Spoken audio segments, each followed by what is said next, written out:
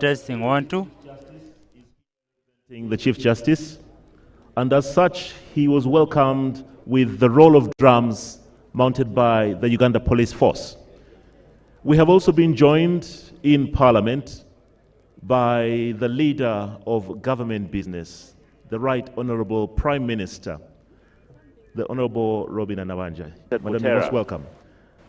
Our distinguished guests, our guests are coming in, and we are likely to start on time. We shall keep announcing the different guests as they come in. For now, we give a most warm welcome to all our cultural leaders that have joined us today, including His Royal Highness, the Emorimor from Teso, Papa Paul Sande Emolot. We also welcome His Royal Raphael Otaya Wonateker from the Kumam Kingdom. We welcome His Royal Highness Robert Obara Omwenengo, Bwabugwe Kingdom in Busia. Honorable Ambassador George Atim, who is Secretary General of Uganda Kings and Cultural Leaders Forum, who is representing the King of Lango. We also recognize and welcome Owechitibwa Ahmed Lwasa, the Deputy Speaker of the Buganda Luchiko, who is representing the Buganda Kingdom here today. We welcome the Right Honorable Dennis Muyomba, the Deputy Prime Minister of the Buruli Kingdom, representing the King of Buruli.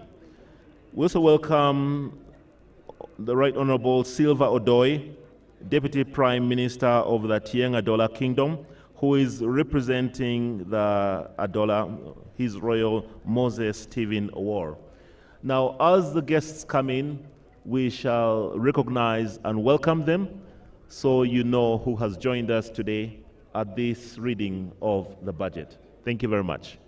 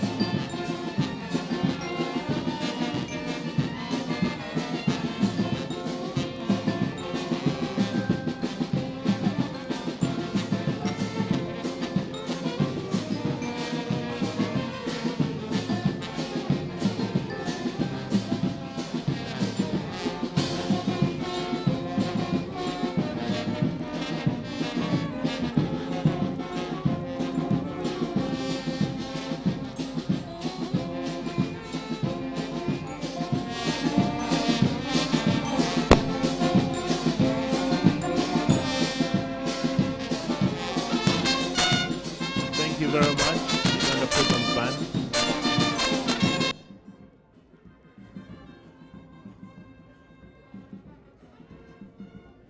I'm sure to all our guests who are watching, you must have observed that we have just been joined by the Right Honorable Deputy Speaker of Parliament. He has been received by the Clerk to Parliament. So the arrival of the Deputy Speaker of Parliament indicates that we have fewer dignitaries expected to come after him, and thereafter our function for the day will officially start. So the Right Honorable Deputy Speaker, the Honorable Thomas Tayebwa, has been received by the Clerk to Parliament, the Honorable Kasaija Adolf Mwesige, and he will now be briefed and interact with the Deputy Chief Justice as we now await for the arrival of the Right Honorable Speaker and our principal for the day. On the other flank of Parliament at the Salute Dais, I'm sure you also have noticed that the man of the day is here. We have all been eagerly awaiting the arrival of the Minister for Finance carrying his briefcase. So the Minister will be ushered through and take photographs along the way, noting the iconic moment when he always presents his budget speech to Parliament. This sitting is going to be the second sitting of the first meeting of the 11th Parliament of Uganda.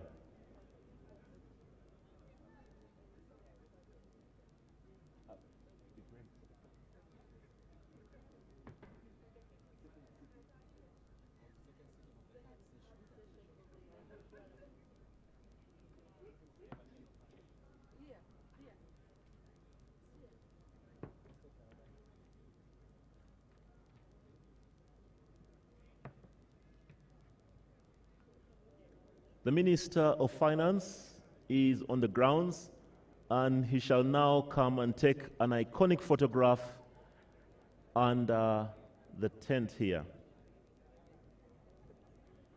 Like I said, this is the second sitting of the first meeting of the third session of the 11th Parliament of Uganda.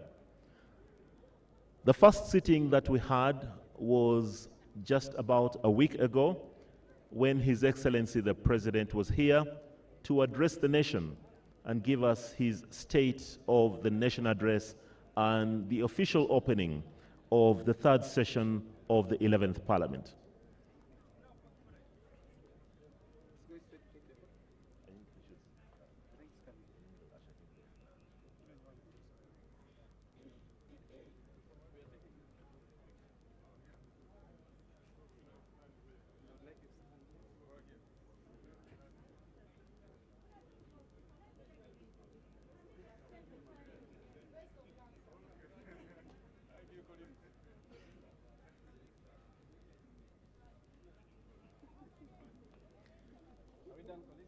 The Minister for Finance is taking photographs with the briefcase that contains the national budget, and he has been accompanied by all his ministers of state. Budget reading that is happening for 2023-2024. It will be ending towards the end of this month, the one of 2022-2023, and then 1st July, this new budget will be kicking in. 52.7 trillion shillings is what we're talking about here, and also even as you see, the Minister of Finance, Honorable Matia Kasaija, has just walked in. Also, the Right Honorable Deputy Speaker, Thomas Tayebwa, has also come through.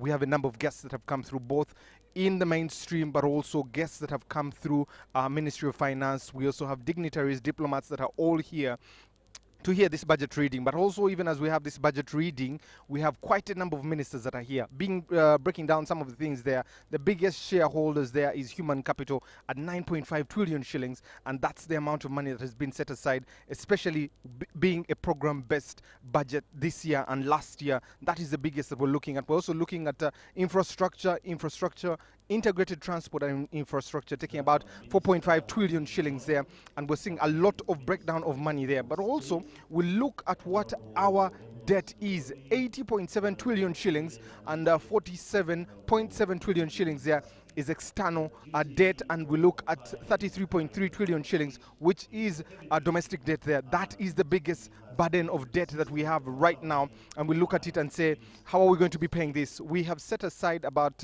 6 trillion shillings to be able to pay interest, and 8 trillion shillings to be able to make the loan repayment there. That's the biggest amount of money that we're looking at even as we go forward in this budget reading. The president will not be here, but we'll have a Zoom link where he comes in to be able to have his address. The Minister of Finance, Honorable Matia Kasaija, will be giving the address of the budget reading, and he'll come to us and break down those figures. What does that mean? What areas are important? What sectors are important? But also, piggybacking back from what the president spoke about at the State of the Nation's address, commercial agriculture is one of the biggest things, but also we see agro industry at 1.4 trillion shillings, showing the intent of what we want to do with agriculture. PDM is also here, Emihoga is also in this, and we're talking about how far it has gone, the performance of the budget. Those are some of the questions we're going to have here, but also we'll be having guests here to ask how they feel about this budget and what it has done for them going forward. Have we been able to achieve the 25.5 trillion shillings in this financial year? There was a target for URA, but also we look at 29.1 trillion shillings for this financial year that is supposed to be coming through. And that's the biggest one there. I think even as we are here, the Right Honourable Speaker, Anita Mong, has just arrived, meaning we're about to get this third session of the first meeting, of the second sitting, to be able to see the members of Parliament here, but also looking at security and governance, which has about 7.1 trillion shillings. It is one of the biggest that is there, and we want to be able to see what happens with it going forward. What is the intention? What do we want to do with it? And how will it safeguard us going forward and ensuring that we have security both in our territories, in country, especially looking at the slaying and the killings that have been going on for a very long time. We want to know how it goes there and how much we're going to be able to pay in these things there. But we also look at Operation Shuja, we look at Karamoja, and we're asking ourselves, these are not in the budget. Will they come in the 3% of the supplementary budget? And will it be working for our good? Where will it be working for? And whose good will it be working for? We also look at tourism, not getting much, but yet it's low-hanging fruit, which brings in about 1.5 billion shillings. The question is, what is happening there? Kampala, that contributes 65% of GDP, how are they doing there? Even as we speak, the Right Honourable Speaker is coming through, and she's going to be able to exchange pleasantries with the Deputy Speaker, the clerk there, and also the Deputy CJ, who has also been there to join us, to be able to have that discussion going forward. But that is the biggest discussion there. What do we have for development? When we look at development in this country, how are we doing with it, and how can we be able to achieve? 6.5 trillion shillings has been set aside for development, and we're asking ourselves, which areas can be able to achieve our desire of development going forward? But I want to be joined especially by guests to be able to explain some of these things. And yes, even as I'm being joined by my guest in a short while there, I'll be introducing him. But those are some of the details you need to be paying attention to. We have shifted from a sector-based budgeting and now program-based budgeting, whereby each program caters for even everything around it. When we look at security, we're also talking about governance in all those areas, the 7.1 trillion. But what has trickled down to the army is about 3.8 trillion shillings. And they say they have about 5 trillion shillings that is not really there. And we're wondering, what should we be able to do with that and more here as we go forward? So we keep up the discussion here, and you can keep engaged here at UBC. Please use the hashtag down there, but also let us know what you think. Are you satisfied with this budget? Even as they're going to read it, what areas are you interested in? And I'm being joined by Honorable Major General Jim Muhwezi, who is the Minister of Security, and want to be able to hear what his thoughts are, but also in terms of security, what elements should we be anticipating for in the next few years to be able to see that happening to all of us there. But also, before we do that, we know COVID is still around, so I'll sanitize the microphone before I give it to him. General, how are you? Very well, thank you. It's good to see you looking as smart as ever and keeping time. Thank you very much. One of us were out there looking at you and we said the first person to keep time will be the General. Thank you, thank you. So General, when you look at this budget and look at how much has been allocated to security, what are your thoughts? I am aware of the strength of our country in terms of economy, in terms of production. I am aware of the problems of COVID, of the problems of the Russia and Ukraine war, but I am also aware of the importance of security as a facilitator for all the other sectors. So I know that we shall get enough from the money the country has, enough to protect Uganda, to preserve the people of Uganda, to facilitate the other sectors of government and of the economy to work. So we shall get enough. General, you asked for 8.5 trillion shillings. You only got 3.8. You have a deficit of about 5 trillion shillings. How are you going to manage to keep security even with that deficit that you have there? You see, our people, our cadres, our soldiers, the personnel are not careerists. They are not working for money. They are freedom fighters in uniform. They will serve the country with the money or without, like we were doing in the bush. General, ISO and ESO fall under you, and there has been a lot of killings, a lot of young cadres taking their own lives. What has caused that, and what are you going to do about it in the next financial year? Well, these killings and deaths are not uniform. They are not coordinated. They are separate, and the causes are different. There are boards of inquiry going on to investigate each of them, and we will come to establish whether they are mental cases, whether they are other factors. I cannot speculate, but I know it's not an endemic problem in the organizational structure. There are individual cases different. General, my last question to you. How do you think the budget of 2022-2023 has performed, in your view, both as security but also on a general picture? I think in the circumstances it has done very well, especially the president, who is de jure the Minister of Finance. He has managed the economy very well, and that's why Uganda has Very much Uganda prisons. of course, because we have got food. We have food in Uganda, which is a basic best factor for the economy. So we've done well, and I'm looking forward to another good budget in the circumstances, which will lay foundation for the economy to grow even further.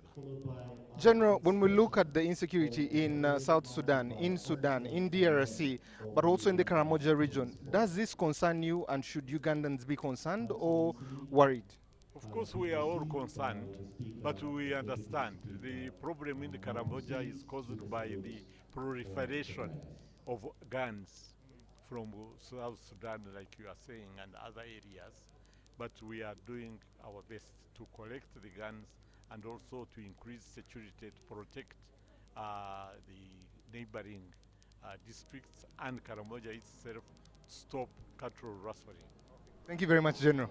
We're going to get into immediately to be able to engage as the function has started, the budget reading. The functions will be attended or delegated to the Vice President here, Major High Excellency Jessica Lupo, who will be doing the preceding of the functions. All the functions that are supposed to be done by the President, she will be doing them, and then we'll hand over to the Minister of Finance to be able to give us the budget reading. Let's get to that.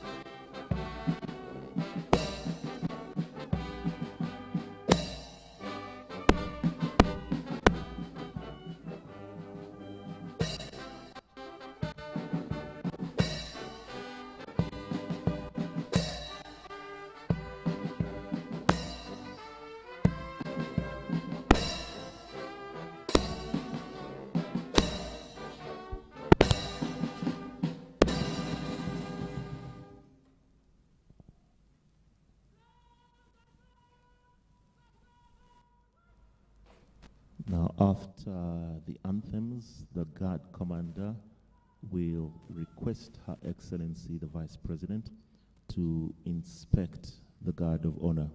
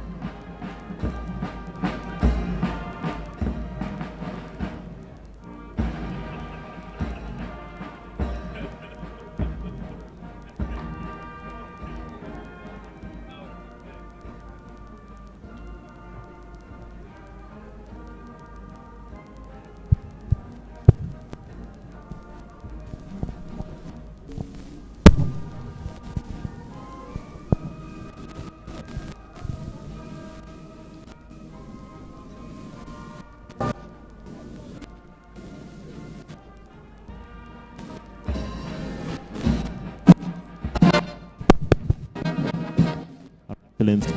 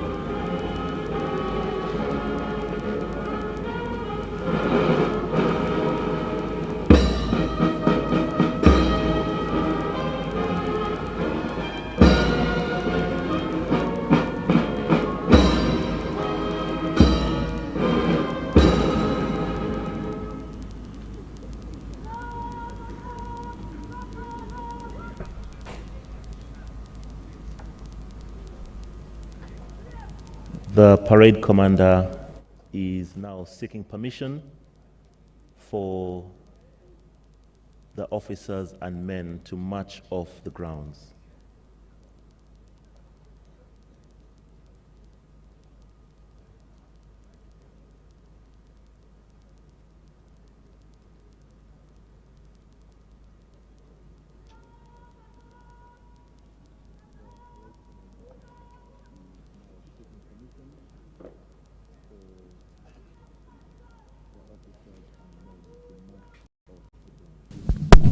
So as the police officers and men, as the guard prepares to leave the grounds, we once again ask that all our guests take up their seats, especially those that were still in the refreshment tent. Please come in and take your seats as we prepare for the presentation of the budget.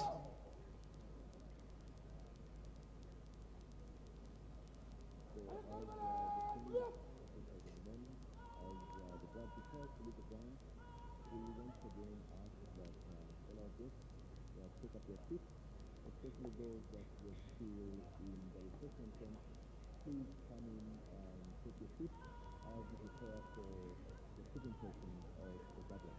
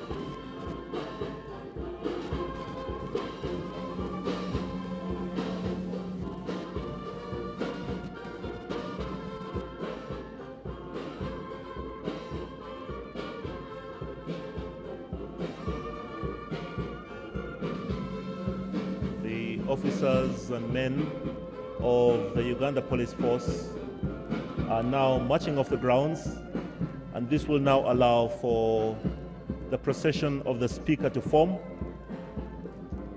to be joined by Her Excellency the Vice President. The police force and the functions that you just saw are some of the ceremonies that you normally will expect at the first and the second sittings of a term of Parliament, of a session of Parliament. So Her Excellency will now form part of the procession of the Speaker, and they will be formally announced as they get to the point where the mace is, and Parliament will officially start in the chamber. Thank you very much.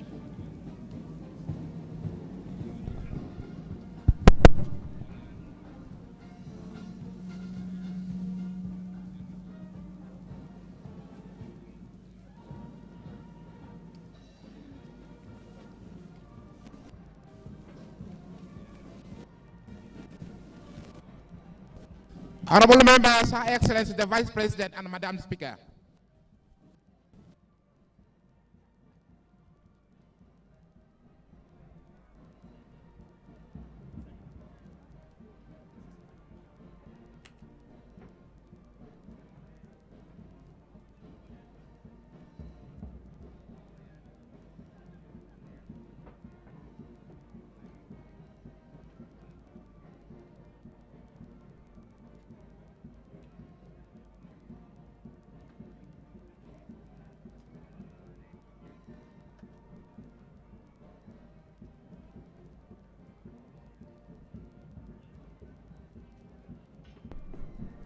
The anthems.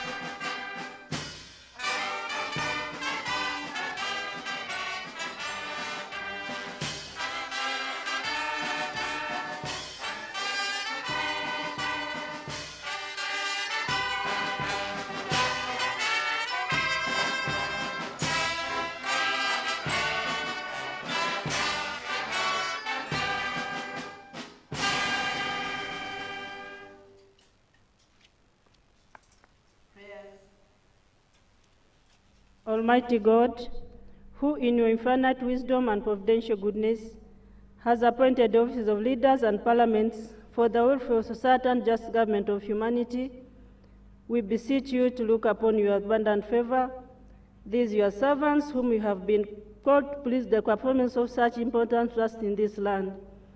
Let your blessing descend upon them here assembled, and grant that they may, as in your presence, treat and consider all matters as shall come under their deliberation, in so just and faithful a manner, as promote and honor and glory, and advance the good of those whose interests you have committed to their charge. Amen. Amen.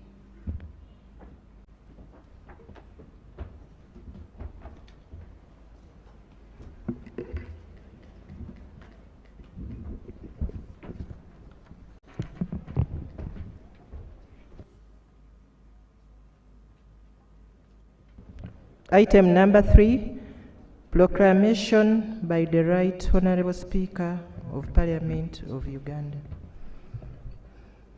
Whereas Article 1012 of the Constitution of the Republic of Uganda requires that His Excellency, the President of the Republic of Uganda, may, in consultation with the Speaker, address Parliament from time to time on matters of national importance. Aware that His Excellency, the President of the Republic of Uganda, in accordance to Article 1012, indicated to the Speaker his intention to address Parliament today on the issues of the financial budget 2023-2024. Now, therefore, in accordance with the Rule 17.1 of the Rules of Procedure, I hereby proclaim Parliament shall sit at Kololo Ceremonial Grounds on Thursday, 15th June 2023 at 14 hours and receive the address of His Excellency the President on the National Budget 2023-2024. And Kololo Ceremonial Grounds to be the precincts of Parliament for the above mentioned purpose, given under my hand at Parliament House, Kampala, on 15th day of June 2023. And this has been gazetted and signed by Anita Annette Among, Speaker of Parliament. Item number 4, communication from the Chair. Your Excellency, the President of the Republic of Uganda, General Yoweri Kaguta, together with the First Lady, Mama Janet Kataha, who are both gracing this function virtually at State House and on Zoom. Her Excellency, the Vice President of the Republic of Uganda, His Lordship, the Chief Justice, the Right Honourable Deputy Speaker of Parliament, His Lordship, the Deputy Chief Justice, the Vice Chairperson of NRM plus the SEC members, the Right Honourable Prime Minister, and the Leader of Government Business, together with your deputies, the Leader of Opposition in Parliament, Cabinet Ministers and Ministers of State, colleagues, the Members of Parliament, the traditional leaders, the distinguished guests, ladies and gentlemen. I want to take this singular honor to welcome you to this auspicious occasion of the Budget Day. During today's sitting, we will receive the address from His Excellency, the President on the National Budget of 2023-2024 financial year. Honorable members, you recall that in the last sitting of 7th June 2023, His Excellency, in the State of Nation address, intimated to us that he had tested positive for COVID. It is against this background that we shall receive the address of the President virtually in today's sitting. Since then, he has regularly updated the nation on its recovery, while various sections of the public are busy praying for the President for full recovery. And as Parliament, we continue also praying for the President, and as a nation, we want him to be back on his foot and work for the country. We want to thank all the citizens in Uganda who have joined in these prayers for the President. Your Excellency, we want to assure you of our unwavering support, love, and prayers for a faster healing for you to be able to guide this country. It's, however, unfortunate that some very few insensitive Ugandans bring some false and alarming information of where they say the president in the ICU, the president is very sick. Our president is very okay, and he's with us virtually. I want to urge all the citizens of goodwill to spread the love, not hatred. Let's wish each other well, and we'll lead a country which is a better country. As Parliament, we want to convey our wishes to the President for faster recovery. And as the Bible says in Isaiah 53:5, and by his stripes we are healed. And indeed, you're going to be healed. As a God-fearing nation, we commit our President to the Almighty God for his complete healing. We actually miss him here, but we know you're with us in spirit. Honorable members, the delivery of the budget speech today is a constitutional requirement under Article 155 of the Constitution of the Republic of Uganda, 1995, which stipulates the President shall cause to be prepared and laid before Parliament in each financial year, but in any case, not later than the 15th day before the commencement of the financial year. Estimates of revenue and expenditure of government for the next financial year.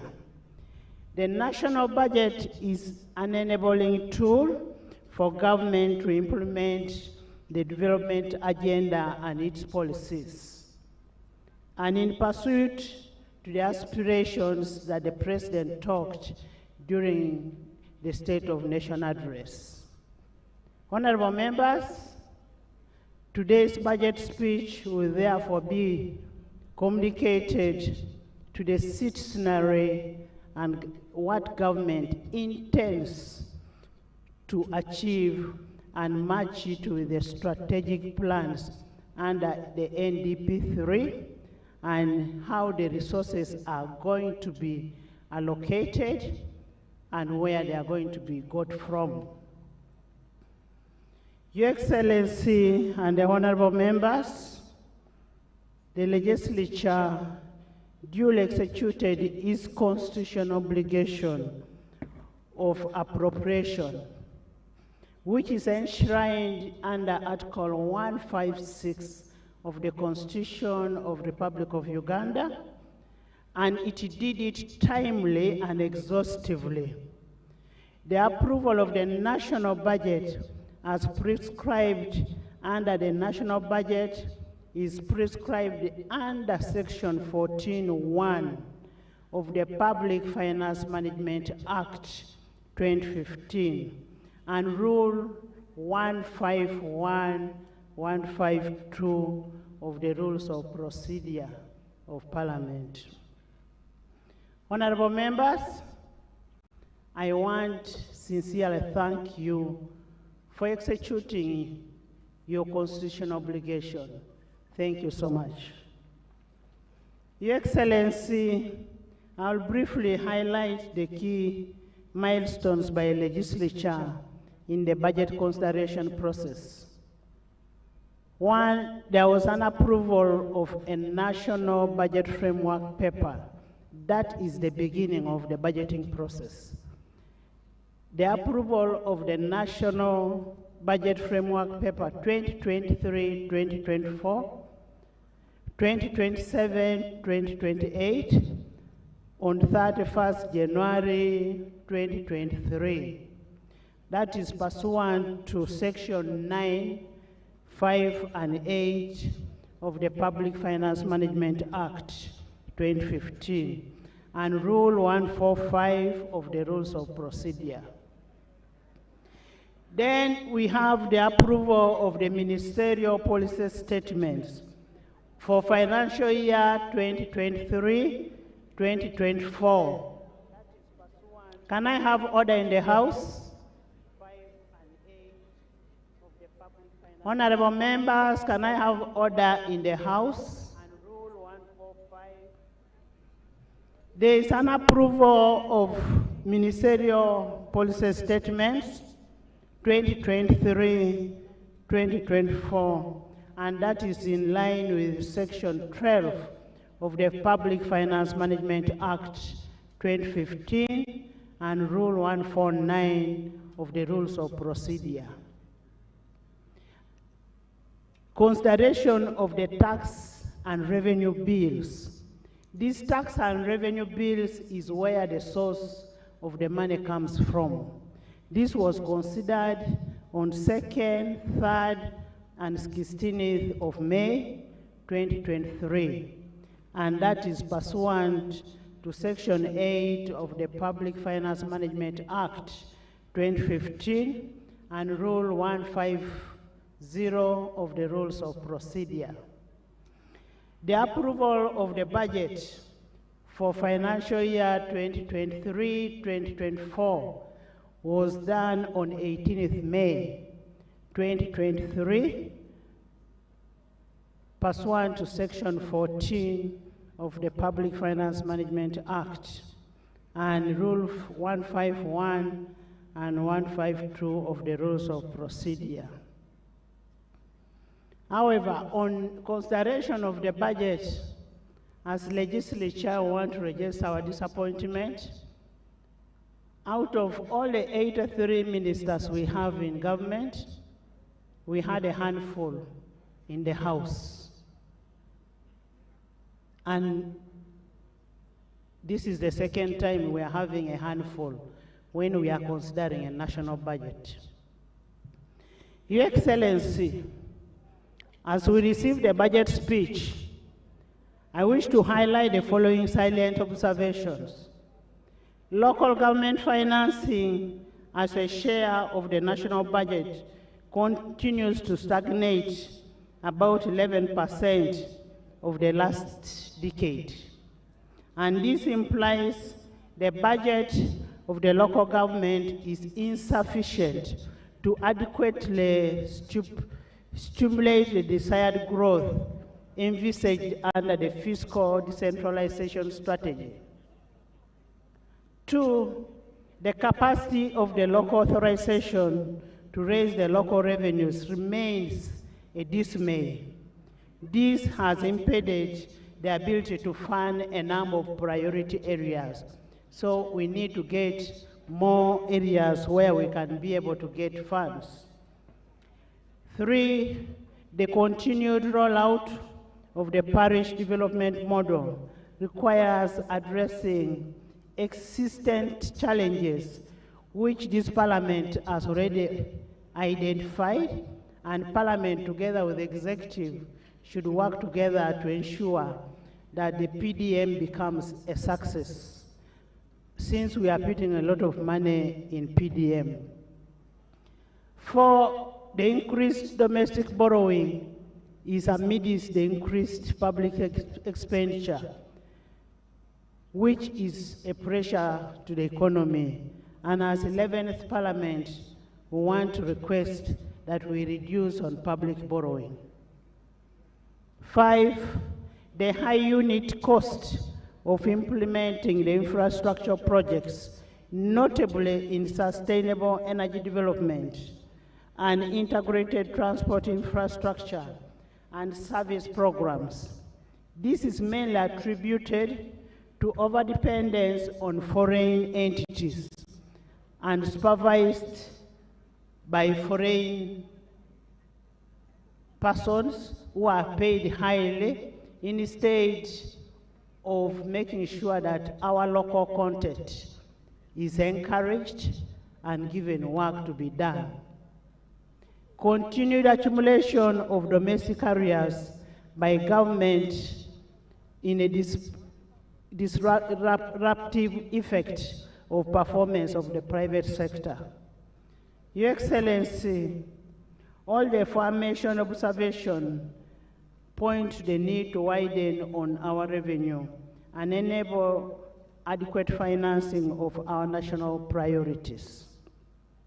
I therefore urge Executive to work hard to expand the tax base and increase on the revenue that is collected for us to be able to fund the priority areas. Your Excellency and honorable members, in the coming financial year, we urge the accounting officers to ensure efficiency and effectiveness in budget execution. Among others is plugging the existing budgets, linkages, strengthening the internal controls, reducing the wastage, and then public loss.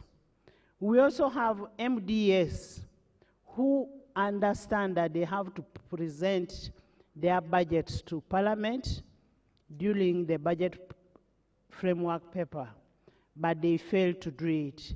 So they need to do whatever they do within the law.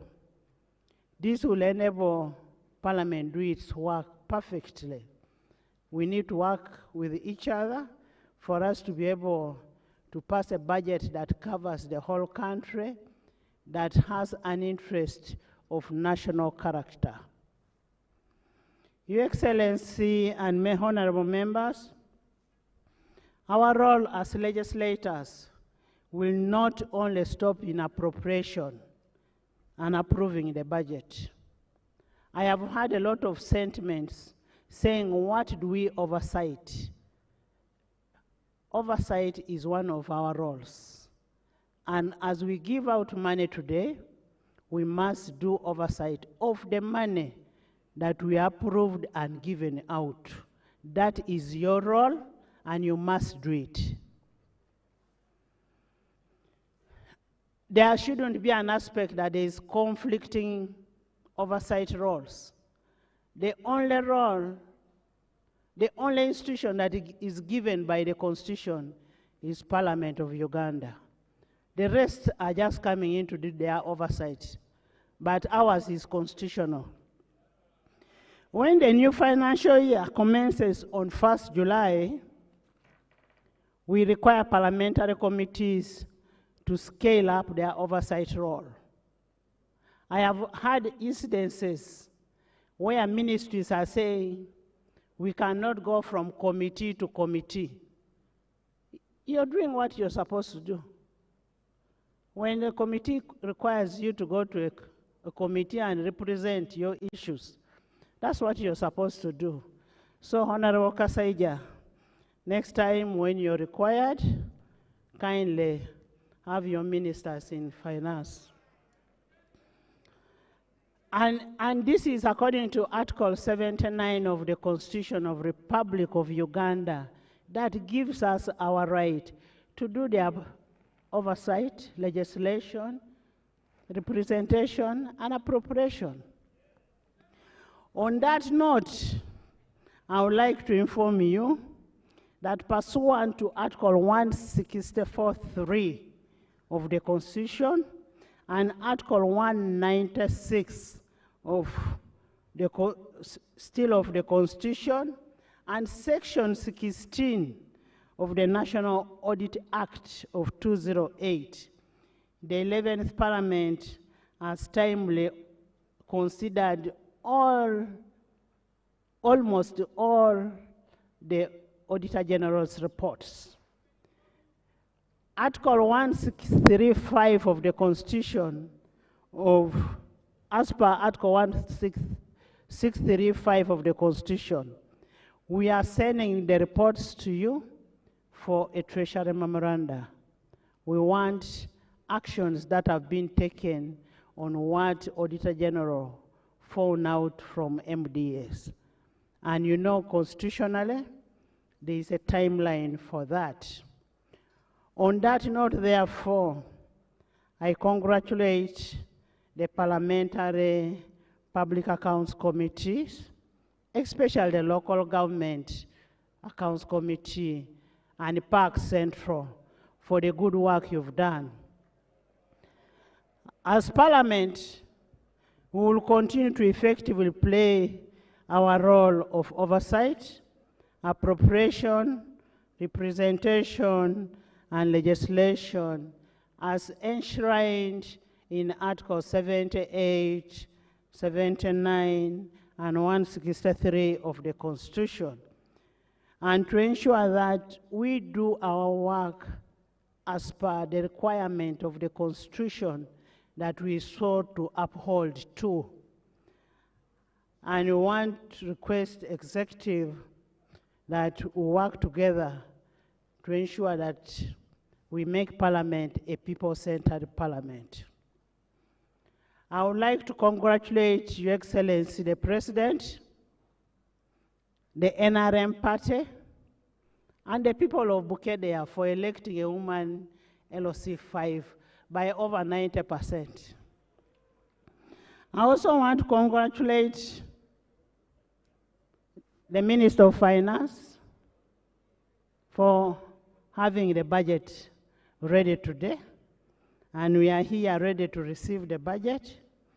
Your Excellency the President and honorable members, as Parliament, since the House was opened, we are ready to start. We are only waiting for the budget, and once more, I want to thank you so much, and I say all this for God and my country.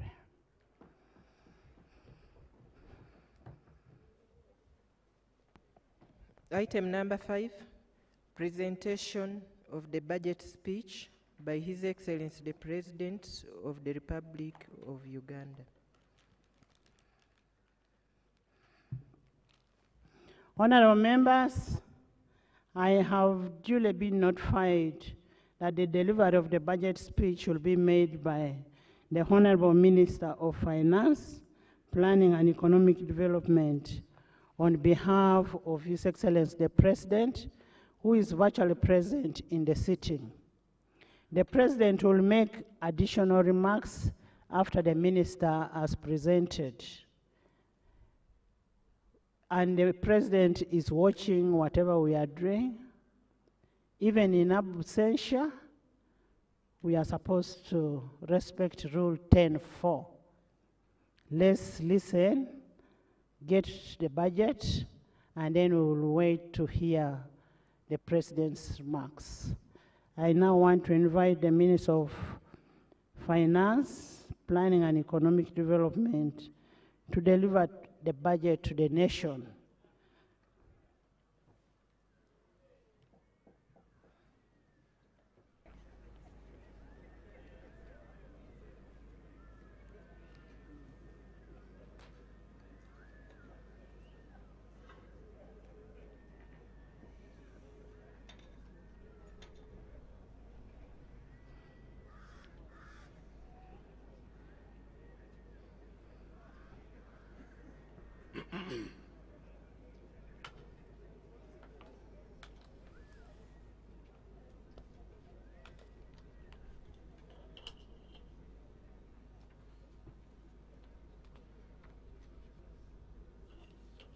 Your Excellency, the President of the Republic of Uganda,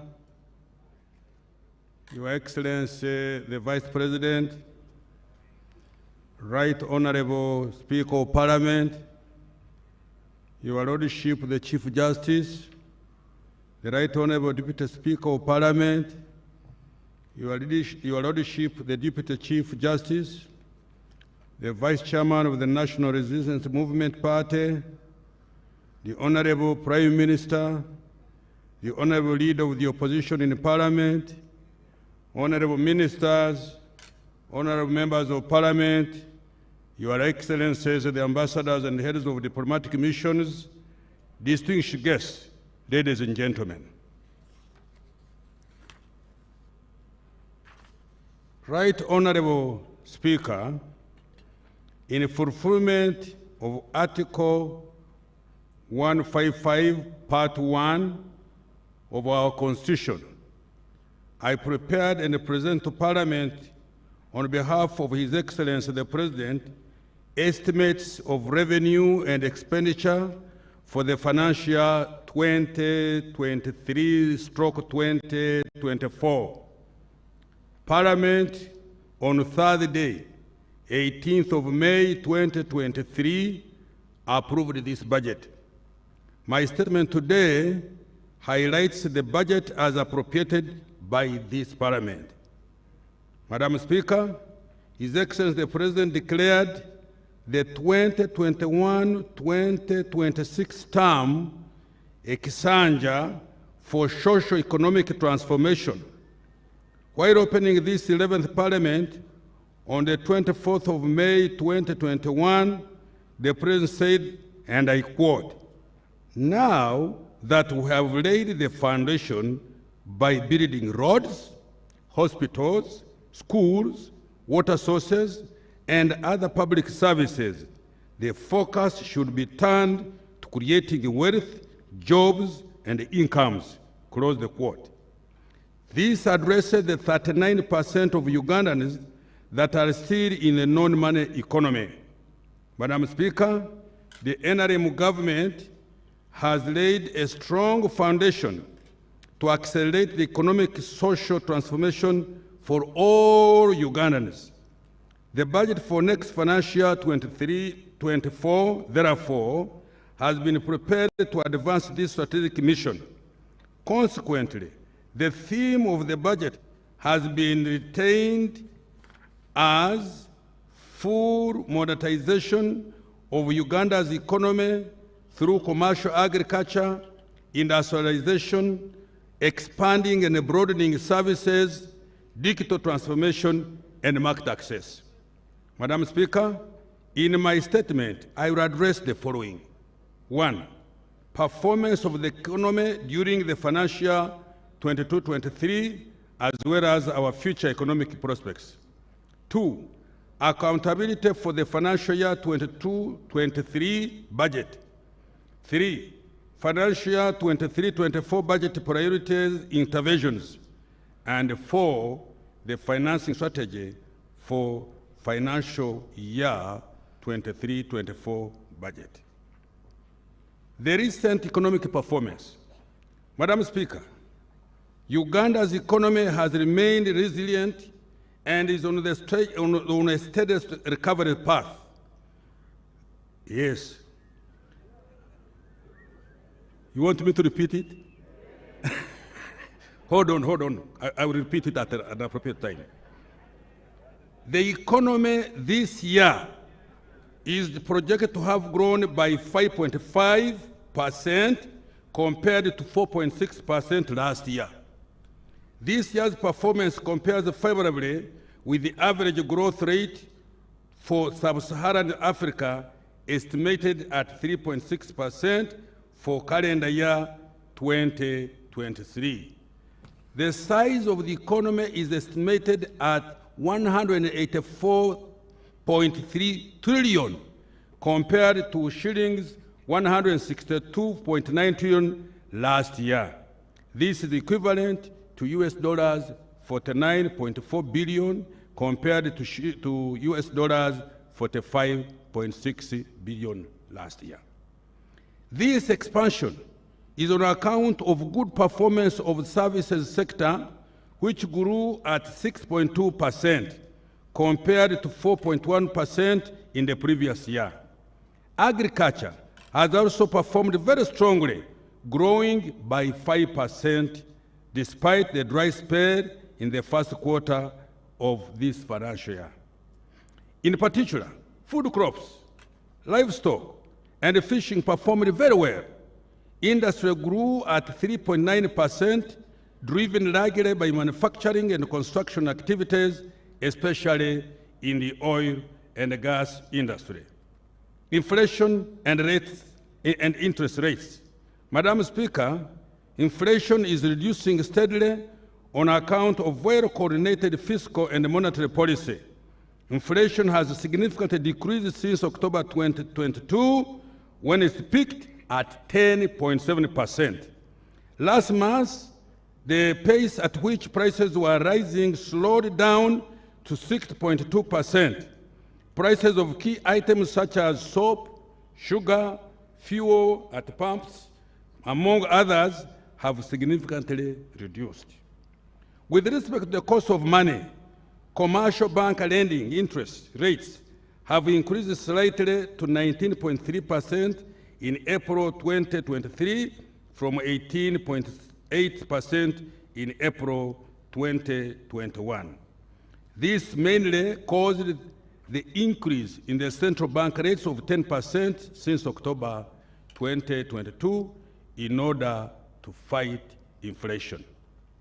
To reduce the cost of money for the private sector, government has taken a deliberate policy to reduce domestic borrowing, which is a major driver of commercial bank lending rates. In addition, government has also provided long-term and affordable capital through the Uganda Development Bank, EMIOGA, the Agricultural Credit Facility, and the Small Business Recovery Fund to the large, medium, and small and micro enterprises. A total of shillings 2.7 trillion has been provided to date. Private sector credit. Madam Speaker, despite the increase in the interest rates, total private sector credit increased from 19.5 trillion in May 2022 to shillings 20.5 trillion in April 2023, representing an annual growth of 4.8. The growth in lending to industry and agriculture was 6.2 and 3.3 respectively. Trade and personal lending recorded an annual growth of 14.1% and 19.1% respectively in the same period. This underscores the ongoing government intervention to ensure that agriculture and industry access adequate and affordable financing on a sustainable basis. Now I turn to the exchange rate. Madam Speaker, the Uganda shillings has remained stable against major global currencies despite the strengthening of the US dollar. Between April 2022 and April 2023, the Uganda shilling depreciated by 5.8% against the US dollar, compared to an average depreciation rate of 8% within the East African region.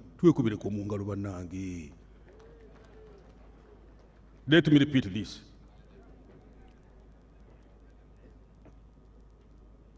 The Uganda shilling has remained stable against major global currencies despite the strengthening of the US dollar.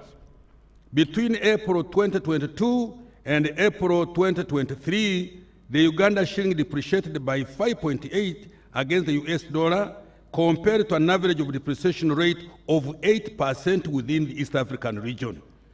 The stability of the exchange rate is due to increase in foreign direct investment inflows into the oil and the gas sector, significant recovery in tourism, and the recent good performance of exports. External trade. Madam Speaker, by April 2023, Uganda's exports of merchandise goods amounted to US dollars 4.2 billion compared to US dollars 3.1 billion over the same period over the previous financial year. This represents a 35.5% increase, mainly driven by an increase in exports of gold, coffee, fish, sugar, beans, maize, and light manufactured products to the regional market. The NRM government has provided support through different initiatives to boost exports. These include the provision of long-term and affordable capital, investment in transport infrastructure, and energy in particular, plus building industrial parks. These efforts have started yielding results. The manufactured exports have emerged as a major contributor to merchandise exports. For example, in year 2022, Uganda exported sugar worth of $163 million, cement worth US dollars 87 million, plastics worth 61 million US dollars, soap 31 US dollars million, and beer worth US dollars 29 million. There were no exports of any of these items as recently as 2006. Thank you very much, but I need you to hear it louder so that this coming financial year we work harder, like horses. At a regional level,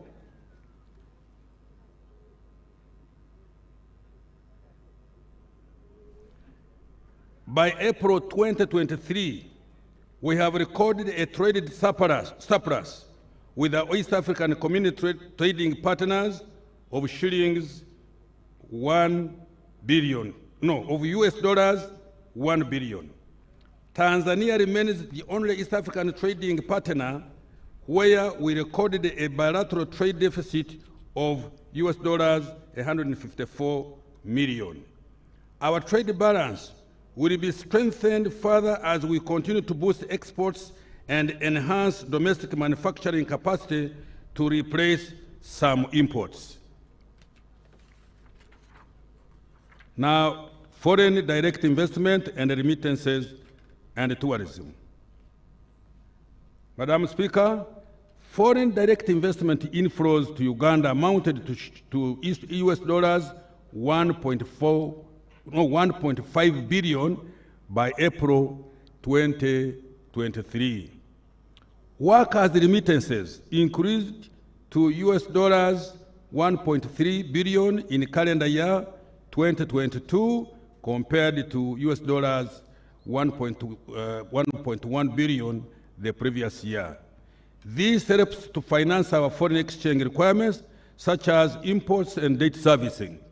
Tourism revenue increased to US dollars 847.8 million by April 2023 from 777.8 million in the same period a year ago. Employment.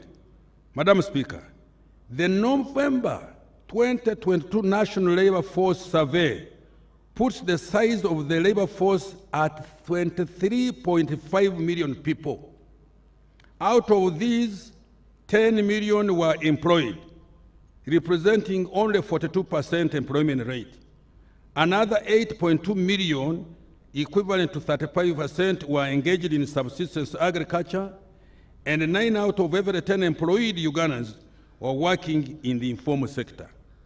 Close to 380,000 employment opportunities have been created under the Presidential Initiative on Wealth and Job Creation, but we still need more. Now, Emyoga, Madam Speaker, the target of government is to create over 2.5 million jobs in the next 5 years. This will be achieved by effectively implementing the parish development model, industrialization, wealth creation, and full monetization of the economy. I will elaborate how we will implement this initiative later. Now, fiscal performance. Madam Speaker, the fiscal deficit is estimated at 5.1% of the GDP this financial year, lower than 7.4% last financial year. This is due to reduction in both recurrent and development expenditure, increased grants, The fiscal deficit has been financed through domestic borrowing and external loans. Total domestic revenue collections amounted to shillings 21.7 trillion by May this year and are projected to be 25.6 trillion by close of this financial year, which is just a few weeks away. The total domestic revenue is equivalent to 13.9% of GDP and covers 68% of the total expenditure, including interest payments on our public debt, but excluding the principal repayment of both external and domestic debt. Economic growth strategy and outlook. Madam Speaker, the economic growth strategy underlying the budget for the next financial year and medium term includes the following. 1, increase domestic revenue mobilization and a reduction in non-concession borrowing to ensure debt sustainability. 2, effective implementation of the parish development model and the MIOGA initiatives. 3, effective implementation of the various export strategies and enhancing access to global and regional markets. 4, support for the private sector by reducing the cost of doing business through 1, construction of the standard gauge railway and the rehabilitation of the meter gauge railway. 2, development of small-scale solar-powered irrigation schemes to address climate change and ensure our food security. 3, maintenance of both tarmac and murram roads. 4, continued investment in industrial parks and energy transmission lines. Provision of affordable credit for micro and small enterprises and lower-income groups through the Small Business Recovery Fund, a MIOGA and Microfinance Support Center, and funding for the medium to large enterprise through the Uganda Development Bank. 6. Provision of provision of quality seedlings, pesticides, fertilizers, storage, and marketing in the agro-industrialization value chain in order to increase agricultural production and productivity. 7, rapid development of oil and gas production, specifically the construction of the East African crude oil pipeline and the national oil refinery. 8, expansion of our skilled labor force to meet the demand of a diversified economy, especially industrial skills. 9, mitigation of the negative impact of climate change on the economy and our livelihoods. 10, implementation of the Greater Kampala Metropolitan Infrastructure Development Master Plan. And 11, maintenance of peace and security of persons and property are the bedrock on which the above are based for. Peace, security, freedom. Madam Speaker, as a result of these interventions, Uganda's economy is projected to grow at 6% in financial year 23-24. Can I repeat the other thing? You see what I was telling you? Over the next 5 years, the economy is projected to grow at an average of 6.5% to 7% per year. These things are not common everywhere. Financial year 23-24 budget priorities. Madam Speaker, the budget for next financial year is aimed at achieving the following broad objectives. 1, urgent completion of key public investments with higher multiplier effects on the attainment of NDP 3 targets and the NRM 2021-2026 manifesto. 2, enhance revenue mobilization and collections. 3, full-scale operationalization of the parish development model. And 4, enhance government efficiency and effectiveness through rationalization of public expenditure and the payroll and audit and so forth. Payroll audit and so forth. The key priorities funded to achieve these objectives are the following.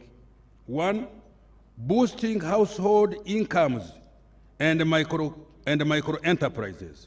2, commercializing agriculture to enhance production and productivity and improve competitiveness of agricultural products. 3, supporting private sector growth. 4, investing in the people of Uganda. And I emphasize that one, investing in the people of Uganda. 5, improving the stock and the quality of infrastructure. 6, expediting implementation of strategic interventions in innovation, research and development, and the mineral, oil, and the gas industry. Madam Speaker, in order to effectively implement these strategic priorities, the government shall ensure peace and security, good governance, the rule of law as the bedrock for economic activities. I now turn to detail the key actions we will be undertaking in these strategic priorities. Boosting household incomes and micro enterprises. Madam Speaker, the parish development model will boost household incomes as well as development of micro enterprises. Since the launch of the PDM in February 2022, a total of shillings 590.2 billion has been disbursed to all the 10,459 parishes nationwide, translating into shillings 50 million per parish. The balance will be disbursed by end of this month. Next financial year, the parish development model has been allocated 1.1 trillion Uganda shillings. The Myoga initiative will further boost household incomes and micro enterprises at parish and sub-county levels by directly funding parish and sub-county enterprise groups. By March 2023, seed capital worth shillings 494 billion had been disbursed to 6,721 constituency-based Myoga circles. Over 600,000 individuals had successfully applied for credit from their parish-based associations. Nearly half, 46%, of these were women. Women are very persistent, I can tell you. And when they say they do something, they will do it. Youth, 25%, and the PWDs, 4%. These circles have also mobilized savings of shillings 78 billion and a further shillings 80 billion recovered from the loans given to the beneficiaries. Now, somebody said the Myoga is non-performing. He does not know what he's talking about. And I'm sorry for that type of person. This demonstrates the sustainability of the Myoga initiative. Next financial year, shillings 100 billion has been allocated to the Myoga initiative. Madam Speaker, in order to grow local enterprises, 19 skilling centers have been established across the country under the Presidential Industrial Hubs initiative. So far, 28,750 trainees have successfully completed training in skills programs, and 6,110 are undergoing training in various fields.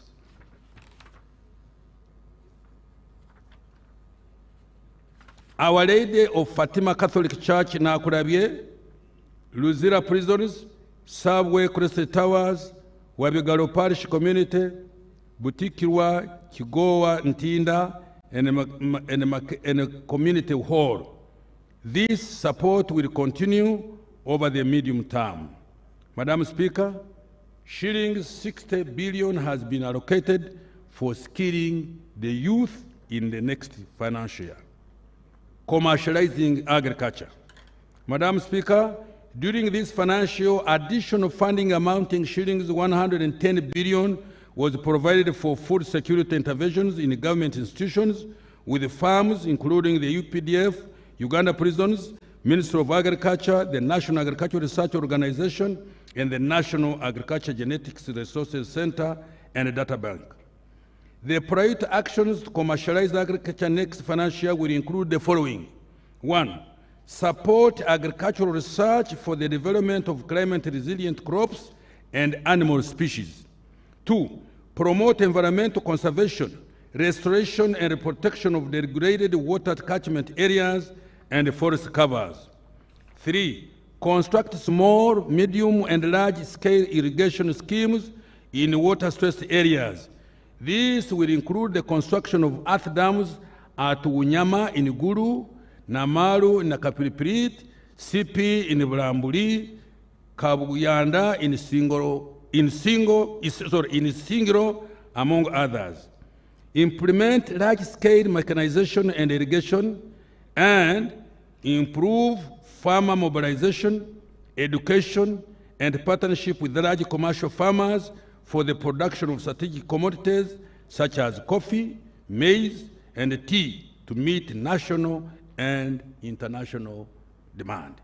Madam Speaker, shillings 2.2 trillion has been allocated for food security, irrigation, climate change mitigation, value chain development, agricultural research, and disease control, among others. Supporting private sector growth. Madam Speaker, the private sector has been directly supported through industrial parks development, promoting small and medium enterprises, and facilitating tourism. Industrial development and investment. 8 government-owned industrial parks are currently operational.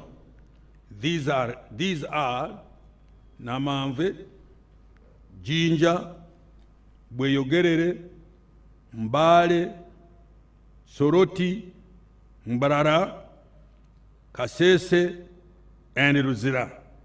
In addition, there are 3 industrial parks developed under the public-private partnership arrangement at Kapeka, Mukono, and Buikwe. Uganda Investment Authority has acquired 12 square miles for industrial development provided by various local governments in the 18 zones across our country. Uganda's global reputation as an investment destination has been boosted significantly in the recent past. Uganda has been named the #1 investment destination in East Africa by the AIM Global 2023 Abu Dhabi. In addition, our country has been ranked among the top 10 African countries for the best investment destination in Africa by the African Development Bank. It is now also ranked first in East Africa for capital market growth by Abusa Bank. We are moving. Small and medium enterprises. Madam Speaker, these SMEs in manufacturing and export sectors will be supported by $20 million from World Bank Investment for Industrial Transformation and Employment Project, which we abbreviate as INVITE, that will provide grants and a concession credit to qualifying SMEs. These SMEs will access new and innovative financing products with long-term financing of up to 15 years. This intervention aims at increasing Uganda's manufactured export products, generate direct and indirect jobs for more than 200,000 workers, and safeguard existing jobs for 530,000 workers.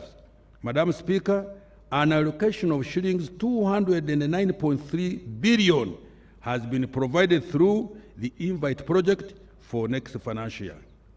Now I turn to tourism. Uganda has increasingly been recognized as a tourism destination and is ranked by CNN as one of the top 10 best tourist destinations in the world.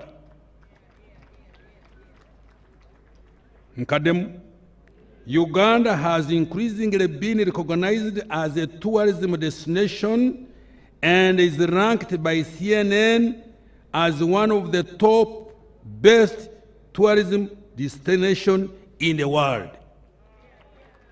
We will continue to promote domestic and inbound tourism, including the use of digital platforms. Uganda will also be marketed as a global and regional center for meetings, incentives, conferences, and exhibitions. Hospitality standards will be enforced through licensing, grading, and classification of tourism facilities.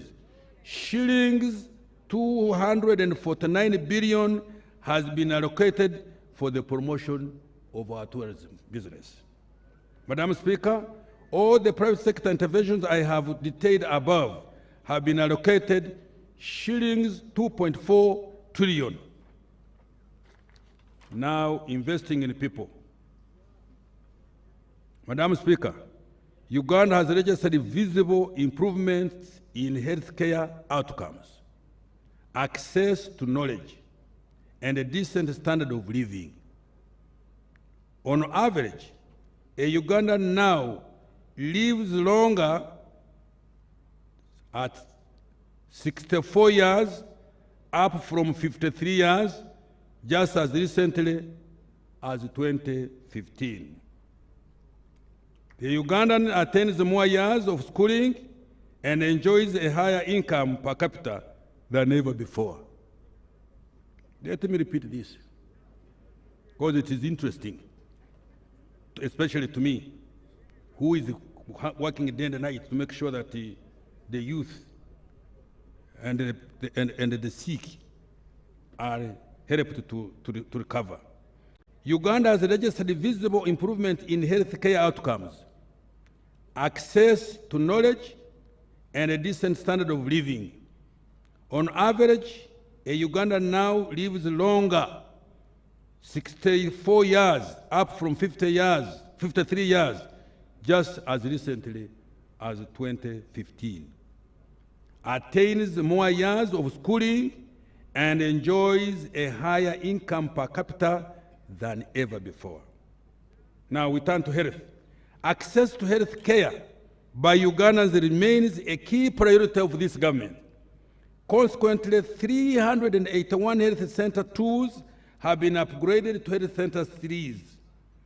Honorable Jane, you will confirm that one. In addition, 250,000 health center 3s have been upgraded to health center 4 and equipped and are now functional, largely supported by the Uganda Intergovernmental Fiscal Transfer Program, which we abbreviate as UGFIT, which is co-funded by the World Bank. Construction and equipping of 31 new health center 3s in sub-counties without any health facility is now at 90% complete. The health referral system has also been enhanced by fully functioning 143 intensive care units and 5 high dependency units in national, regional referral hospitals across our country. Next year, the Murago Super Specialized Hospital and the new state-of-the-art intensive care unit at Uganda Cancer Institute will be fully operationalized. They will provide specialized care to all Ugandans and reduce medical referrals abroad. In addition, All existing health center 4s and health center 3s will be facilitated to offer quality health care to all Ugandans. In this respect, health worker supervision and management will be strengthened to reduce absenteeism. After the ongoing audit of the payroll, the ban on health worker recruitment will be lifted. Let me repeat this. After the ongoing audit of the payroll, the ban on health worker recruitment will be lifted. Government in the next few weeks resolves the plight of the medical interns and doctors designated as senior house officers in view of their important role in supporting the health care system. Government, we, in the next few weeks, resolve the plight of medical interns and doctors designated as senior house officers in view of their important role in supporting the healthcare system. So please, interns, calm down. We are coming to rescue you. In the meantime, I have provided shillings 22 billion to clear outstanding areas for medical interns and senior house officers for the financial year ending June this year. Education. Madam Speaker, we have registered significant progress in accessing to education. Uganda's literacy rate improved from 70.2% in 2012 to 79% in 2021. Education enrollment in public schools is now at 8.4 million children in primary school and at 833 pupils in secondary and 174,000 students in tertiary institutions. The question we must raise, these children were 8.8 in primary, now in secondary they are only 83300. Where did the balance go? To improve delivery of the recently launched curriculum, 300,100 teachers were trained and inspection of learning institutions was enhanced using the inspection system. The teacher effectiveness and learners achievement system has helped to reduce teacher absenteeism and improved pupil attendance. The education management information system has been revamped to support data management and decision-making in education. To enhance sports development, talent identification, nurturing, and professional development have been emphasized. Madam Speaker, the Mountains of the Moon University was operationalized during this year. Upgrading of the facilities was completed at Uganda Technical College in Lira, Elgon, and Bushenyi. Next year, the construction and equipping of 2 unit laboratories in 21 secondary schools currently without any will commence in line with the science, technology, engineering, mathematics policy. Government will continue with the construction of 115 city secondary schools in sub-counties without any under the Uganda Intergovernmental Fiscal Transfer Program. Madam Speaker, after the ongoing audit of the government payroll, the ban on recruitment will also be lifted to cover the staffing gaps in education. Madam Speaker, government will continue to support sports activities and entertainment talents and enforce copyrights for performing artists. Safe water. Madam Speaker, the national water coverage for safe and clean water for human consumption now stands at 70%, with 67% in rural areas and 72% in urban areas. But we still need more. In rural areas, graft flow schemes have been completed at Lirima in Manafa, Lukaru, Kabasanda in Butambala, and Nyabuhiche, Kichenke in Ibanda. Piped water systems have also been constructed at Nyakibingo in Rukungiri, Kabuyanda in Isingiro, and Oromo water supply system in Kitugum Ramo. In addition, 40 solar-powered mini-piped schemes serving 173 persons have been constructed across 15 least-served districts, including Liantonde, Sembabule, Yumbe, Rakai, Buyende, Kamuli, and Kakumiro. In urban areas, 9 piped water supply and sanitation systems have been completed in Dokolo, Padibe, Lamo, Odramachaku, Arua, Kagadi, Morolem, Alerek, Abim, and Kambuga 2 in Kanungu. Madam Speaker, access to safe and clean water will be enhanced to achieve 85% coverage in rural areas and 100% average in urban areas by the year 2025. Next year, the main activities toward this goal include construction of 1,540 boreholes in 1,050 villages and town wards, building 49 large and 67 medium and 80 small piped water schemes in both urban and rural areas, and the rehabilitation and maintenance of 50 water systems in growth centers. Interventions that build human capital have been allocated 9.6 trillion. In addition, the government, together with the World Bank, are implementing US dollars 500 million. Uganda,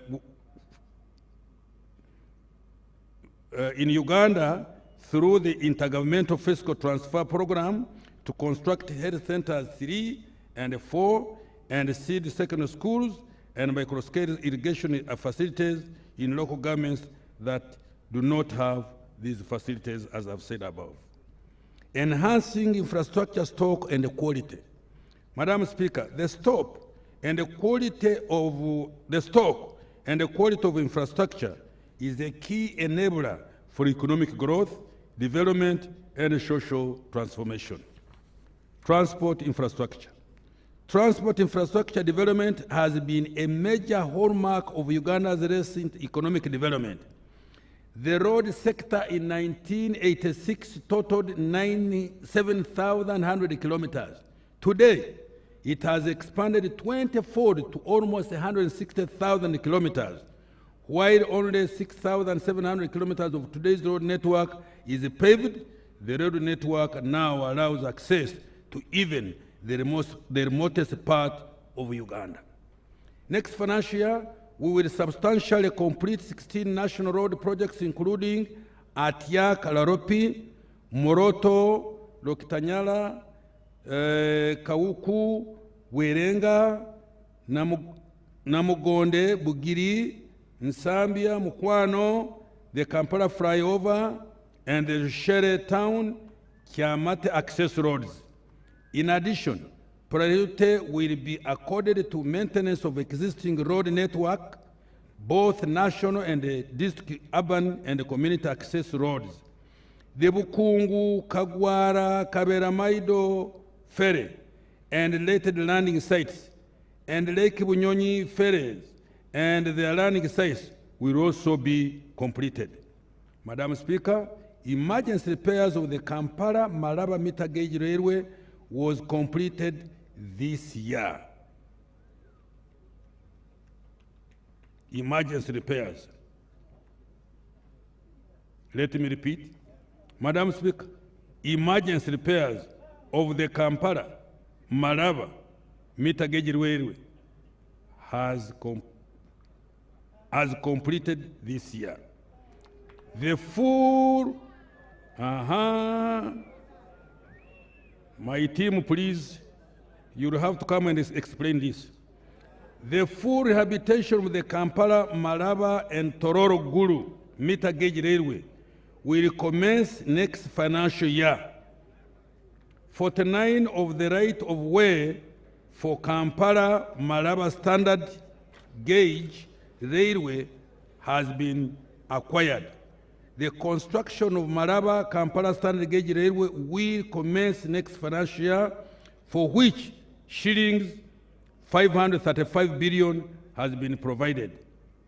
Madam Speaker, in the air transport sector, the redevelopment of and expansion of Entebbe International Airport is at 85% complete and is due to be completed by July 2024. The construction of Kabalega International Airport now stands at 91.7% and will be completed by September 2023. We shall also rehabilitate and upgrade the following aerodromes that are under feasibility studies: Kidepo, Pakuba, Mbarara, Gulu, Arua, Kisoro, and Kasese.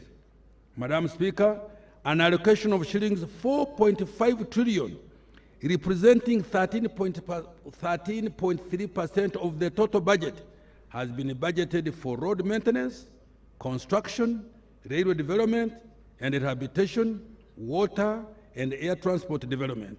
Of particular significance, an allocation of shillings 1 billion has been provided to each district, city, and municipality for road grading, maram, and compacting. In total, shillings 176 billion has been allocated for this purpose. We have also secured US dollars $608.7 million, equivalent to shillings 2.25 trillion, to address flooding, traffic congestion, poor road infrastructure, and signalized injunctions, and unemployment in Greater Kampala metropolitan area, covering Kampala, Wakiso, Mukono, and Mpigi district and their municipalities. This will upgrade 504 kilometers of roads, including junction signalization in 8 urban authorities, rehabilitation of 30 stormwater drainage points, upgrade 23 markets, and construct 25 artisanal parks and industrial work spaces for the small-scale manufacturers. Madam Speaker, in collaboration with the World Bank, government is implementing the US $360 million Uganda support to municipal infrastructure development WSMID program to improve infrastructure and address operational challenges in the cities and municipalities. Power infrastructure.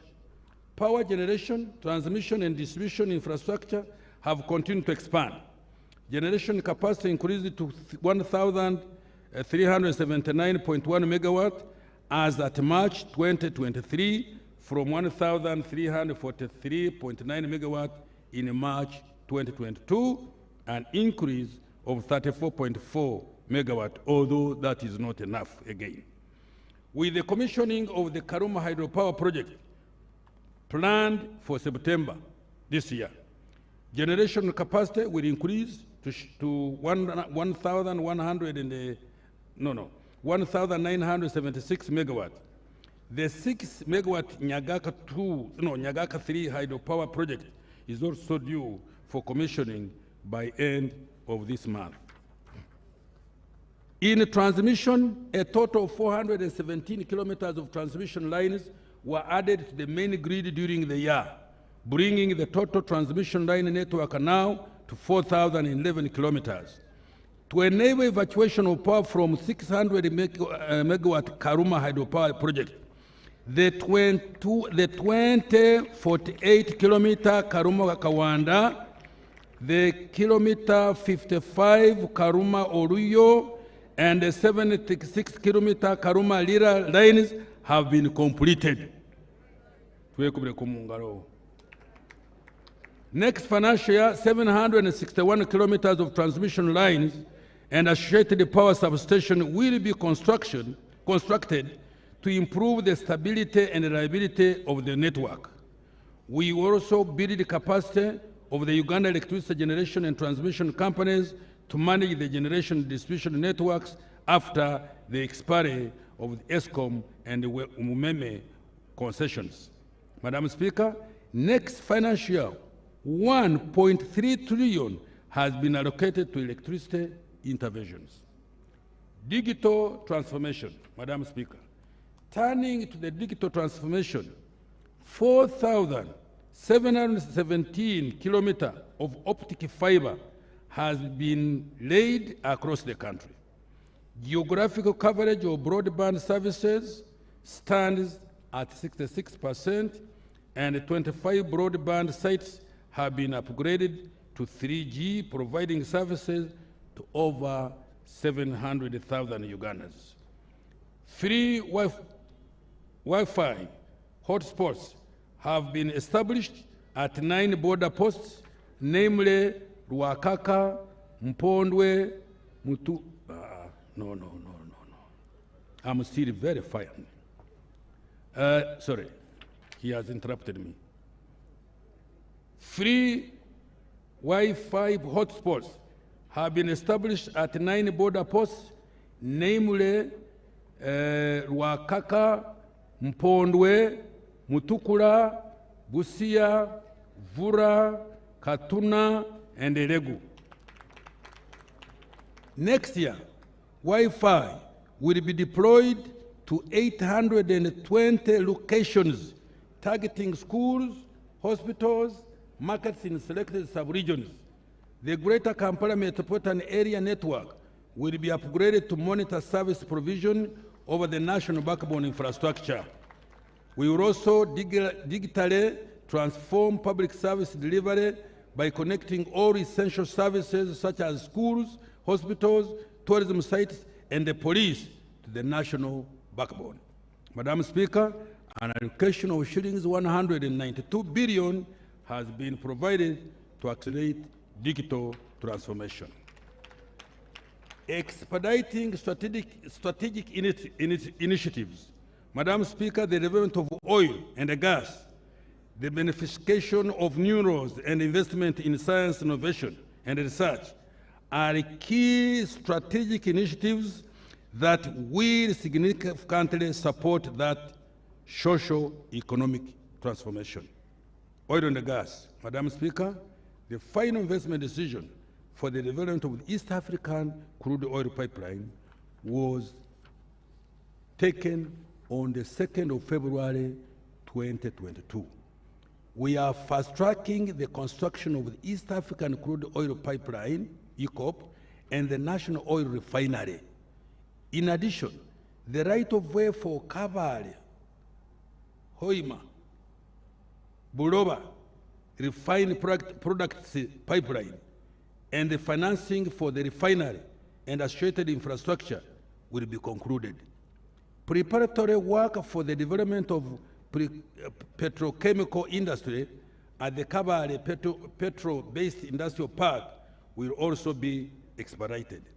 I have allocated shillings 447 billion to fast-track the development of petroleum resources next financial year. Science, innovation, and research. Madam Speaker, government is supporting several innovation and scientific research initiatives that will propel Uganda industry into the high technology economy. These include vaccine research and development, including therapeutics and diagnostics, to enable Uganda to enter into the pathogenic economy. 3, automotive industry technology development. 4, chipset and robotics manufacturing. During this financial year, we enhanced the salaries for scientists by shillings 508 billion. We shall continue to support scientists and innovators to undertake the process of intellectual property registration, train and sensitize stakeholders on intellectual property. We have provided 257 billion to support science, innovation, technology development. Mineral beneficiation. Madam Speaker, in order for Uganda to reap the benefits of mineral resources, Uganda's mineral deposits will be quantified to ascertain their value before beneficiation. We shall also operationalize the recently approved mineral legislation to regulate artisan and small-scale miners. For the development of minerals, an allocation of 54.4 billion has been provided. Maintaining security, good governance and rule of law. Madam Speaker, security, good governance, and the rule of law are the bedrock of the success of our socio-economic interventions. In order to guarantee the security of persons and property, the capacity of security and intelligence agencies will be strengthened to address any security threats and build the national defense capability. In order to enhance good governance, Parliament's legislative and oversight role will be strengthened to ensure proper use of public funds, among others. Madam Speaker, you forwarded me on something. I will touch it on when I'm concluding by our not attending parliamentary committees, but I will comment on that. Furthermore, we will ensure compliance with the rules and regulations in public financial management and implement Parliament's recommendations on the use of public funds. To improve efficiency and effectiveness of government, we will further automate financial management systems. These include program budgeting system for the budget preparation, monitoring and reporting, the integrated financial management system for budget execution, the human capital management for personnel and payroll management, e-government procurement, e-passport, and the one border posting, among others. Madam Speaker, the integrated bank of projects has recently been relaunched to improve public investment management, including the tracking of project performance. Projects whose implementation has unduly delayed without sound reason will be removed from the public investment plan. Madam Speaker, the rationalization of government agencies will commence in financial year 24-25. In addition, the government has stopped the creation of additional administrative units and agencies. Madam Speaker, to enhance access to justice, the target is to reduce court case backlog by about 6,000 cases by end of June 2024 from the 50,000 outstanding cases. A total of 117 districts already have complete frontline criminal and civil justice service delivery points comprising of a police station, court, prison, prosecution services, and legal aid services, among others. The target is to have 119 districts with justice service delivery points by end of June 2024. The construction of the Supreme Court and the Court of Appeal buildings in Kampala and the Soroti and Rukungiri High Court buildings will be completed. In addition, the High Court buildings in Albetong, Budaka, Liantonde, and the Magistrate Court buildings in Karenga, Patongo, and Abim will also be completed. Madam Speaker, the functions which include enactment of legislation, oversight, and accountability roles will further be strengthened. In this regard, the construction of parliamentary chambers is ongoing. Madam Speaker, governance, the legislature, and the administration of justice have been allocated shillings 9.1 trillion next financial year, up from 8.1 trillion this financial year.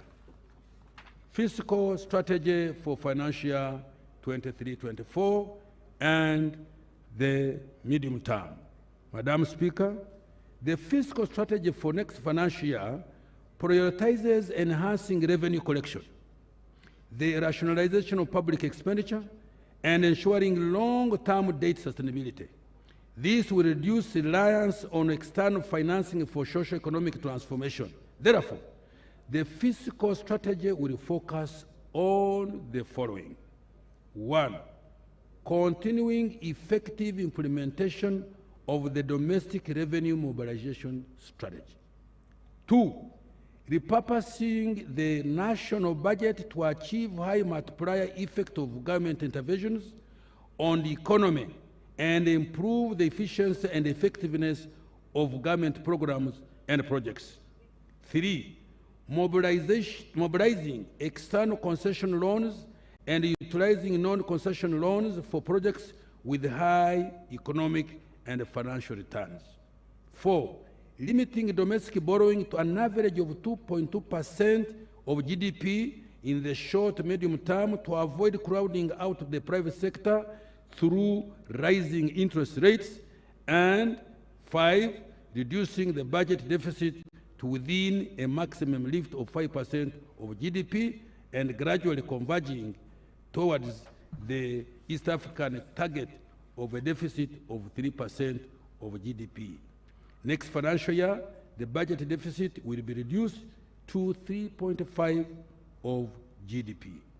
In order to live within our means, we have reduced consumptive expenditure. During the next financial year, there will be no purchase of new vehicles for political leaders and public officers, except for hospital ambulances, medical supplies and distribution, agricultural extension services, security and revenue mobilization. Don't roast me, please. That's a decision that we took. Travel abroad has also been restricted to statutory functions and for critical legal and resource mobilization functions. We will also regulate expenses on workshops and seminars. Madam Speaker, during this year, domestic arrears worth shillings 166 billion were settled. Government is committed to paying verified suppliers, court awards, and compensation for ranches. Next financial year, shillings 200 billion has been allocated to settle domestic arrears. Madam Speaker, to improve absorption and utilization of external loans and grants, government has undertaken the following measures. 1, requiring accounting officers of ministries,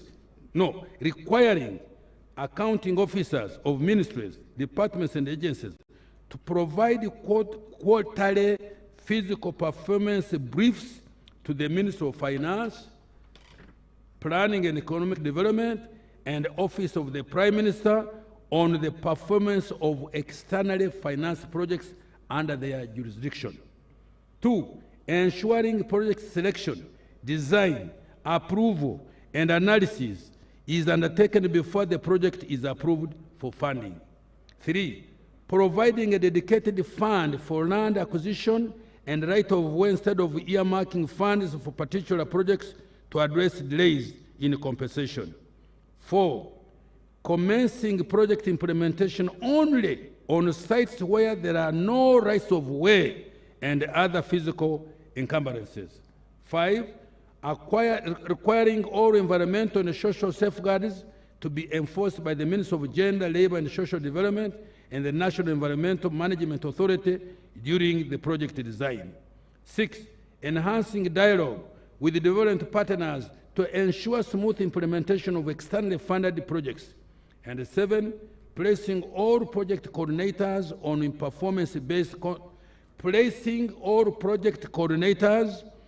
performance-based contracts to improve accountability for project performance. Domestic revenue mobilization for the financial year we are budgeting for.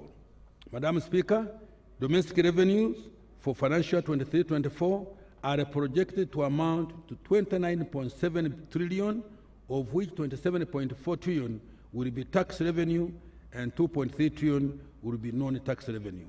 This represents a revenue effort of 14.3% of GDP.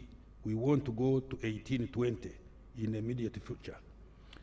Under the domestic revenue mobilization strategy, the objective is to improve revenue collection to between 16 to 18 of GDP over the next 5 years from about 13.5 of GDP currently now. I have said that already. Next financial priority has been placed on improving tax administration, including use of ICT to fight tax evasion and rationalizing tax exemptions to improve their effectiveness and reduce revenue leakage. Madam Speaker, government is undertaking the following tax measures and reforms in tax administration to further improve revenue mobilization. rationalization of tax exemptions. Madam Speaker, to reduce revenue losses from exemptions, next financial year we shall commence the rationalization of tax exemptions. However, we will continue to provide tax exemption based on the following. 1, apply the criteria including minimum requirements for application of any new tax exemptions. 2, assess the costs and the benefits of all tax exemptions to ensure adherence to initial objectives. 3, streamline and clarify the roles and responsibilities in the governance of tax exemptions. Madam Speaker, the respective provisions of the tax laws that provide the following exemptions have been repealed. 1, deductions allowed for accelerated wear and tear on plant and machinery. No more depreciation will apply henceforth. 2, exemption on VAT for diapers, inputs for processing hides and skins into finished leather, and inputs into iron ore, smelting into billets. Tax laws amendment. Madam Speaker, the tax laws have been amended to improve the tax system and ensure fairness.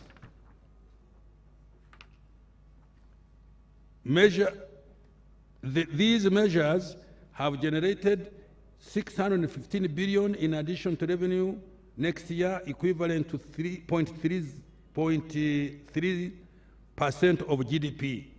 The amendments are detailed in the respective tax laws approved by Parliament. I will, however, highlight a few of these amendments later on. Income tax.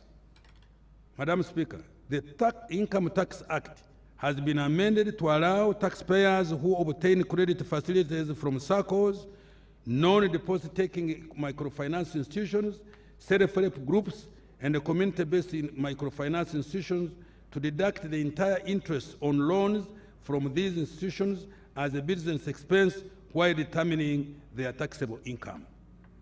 This is the practice for taxpayers borrowing from commercial banks and microfinance institutions. The objective of this measure is to extend this benefit to borrowers of microfinance institutions and money lenders. This will support low-income individuals and groups to enable them access financial services and improve profitability and survival rate of the SMEs. Madam Speaker, in addition to withholding tax of 10%, Madam Speaker, in addition, a withholding tax of 10% has been imposed on commissions paid to agent bankers to equalize their tax treatment with other agents operating similar businesses, such as mobile money agents. Value-added tax. Madam Speaker, the VAT Act has been amended to 1, exempt the supply of concentrates and seed cake from VAT to incentivize local manufacturing of animal feeds and premixes. 2, allow non-resident taxpayers to file returns and pay tax in US$ to facilitate compliance of non-resident taxpayers operating in Uganda. 3, require foreign remote providers of electronic goods and services to account for VAT on goods and services sold in Uganda, so as to bring e-commerce transactions into the tax system. In addition, the scope of electronic services on which VAT is applicable has been expanded to include, among others, films, games of chance, advertising platforms, streamlining platforms,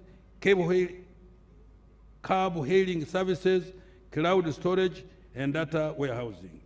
Excise Duty Act Amendment. Madam Speaker, the Excise Duty Act has been amended to remove the excise duty of $9 per minute on incoming international calls originating from the United Republic of Tanzania. This will include Tanzania in the one area network comprising the other East African Community member states. Phone users in East African Community will now be able to make and receive calls at local rates regardless of their location within the one network area. Madam Speaker, the size of investment capital required for an investor to benefit from excise duty exemption on construction materials has been reduced from $5 million to $50 million for Uganda nationals. Foreign investors will be required to have investment capital of at least $50 million in order to benefit from this exemption. In order to deter undervaluation, excise duty on mineral water, bottled water, and other waters purposely for drinking has been imposed at 10% or shilling 75 per litre, whichever is higher. The Excise Duty Act has also been amended to clarify the taxation of spirits for human consumption on one hand, and the exemption from excise duty of spirits used as raw materials for the production of disinfectants and sanitizers. Tax Procedure Code and amendment. Madam Speaker, the Tax Procedure Code Act has been amended to waive any interest and penalty on tax arrears outstanding as of 30th June 2023 in order to address requests from taxpayers who have cited the hardships caused by the COVID-19 lockdown. This provision is, however, limited to taxpayers who come out and pay by 31st December 2023. Where the taxpayer pays part of the principal tax outstanding by the deadline, the payment of interest and penalty shall be waived on a prorated basis. After that date, URA will decisively enforce recovery of all taxes and penalties. Ratification of the Convention of the Mutual Administrative Act Assistance in Tax Matters, Implementation Act. Madam Speaker, Parliament has enacted a Convention on Mutual Administrative Assistance in Tax Matters, Implementation Act 2023. This is to increase cooperation among tax authorities in participating countries to tackle tax avoidance and cross-border tax evasion. This will assist URA to receive correct information to deter illicit financial transactions where the country is estimated to lose revenue amounting to shillings 300 to 500 billion annually. Tax administration reforms. Madam Speaker, sustainable revenue collection requires efficiency in the management and administration of the tax system. The following measures will be undertaken. 1. Strengthening the taxpayer register expansion program framework, which is a collaboration between Uganda Revenue Authority, Uganda Registration Services Bureau, Kampala Capital City Authority, and the Ministry of Local Government in revenue collection. This framework targets to improve the environment for business formalization and growth. 2. Supporting local governments to enhance their revenue effort, including using electronic systems. 3. Undertaking VAT field audits, complex audits, and strengthening data recovery. 4. Leveraging ICT to analyze the data and integrating with other government systems to properly identify the taxable transactions and taxpayers. 5. Improving taxpayer awareness to know their rights and obligations and enhance stakeholder engagements. 6. Continuing tax education and awareness intervention across regions, sectors, and gender. 7. Further strengthening of URA staff compliance to procedures, guidelines, and standards to curb corruption tendencies and minimize revenue leakages, including staff deployment in areas with highest risk for revenue collection. 8. Utilizing the alternative dispute resolution mechanism by negotiating with the taxpayers for settlement of tax disputes out of the court system to avoid delays in the resolution of tax disputes. 9. Using ICT systems such as electronic fiscal receipting and invoicing system, electronic fiscal devices, and the digital tracking system, tax stamps, and rental tax solution, and telecom sector activities. 10. Continuing the outgoing integrity drive to combat corruption. Let me repeat this. Continuing the ongoing integrity drive to combat corruption and other vices essential for improving revenue collection. 11, intensifying the surveillance of wider coverage of porous borders to curb smuggling through extensive intelligence-focused operations supported by use of drones and body cameras. Strengthening regional integration and trade. Madam Speaker, budget consultations with our regional ministers of finance were held on 8th to 12th May 2023 in Arusha, Tanzania, and agreed to make some changes in the East African taxation structure. Madam Speaker, to make our industries more competitive, attract investments, and remove the remaining barriers to trade among African countries, we agreed as East African Community partner states to change the taxes paid on goods coming from outside the East African Community as follows. 1, 0% duty levied on imports of raw materials and capital goods. 2, 10% duty charged on imports of intermediate goods. 3, 25% duty charged on imports of finished goods not readily available in the region. 4, a maximum rate of 35% duty charged on imports of finished goods readily available in the region. And 5, small adjustments to promote import substitution and value addition of our local industries.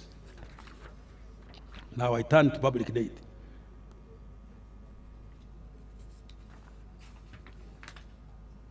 Madam Speaker, Uganda's public debt stood at shillings 80.2 trillion, equivalent to 21.7 US dollars billion as at the end of December 2022.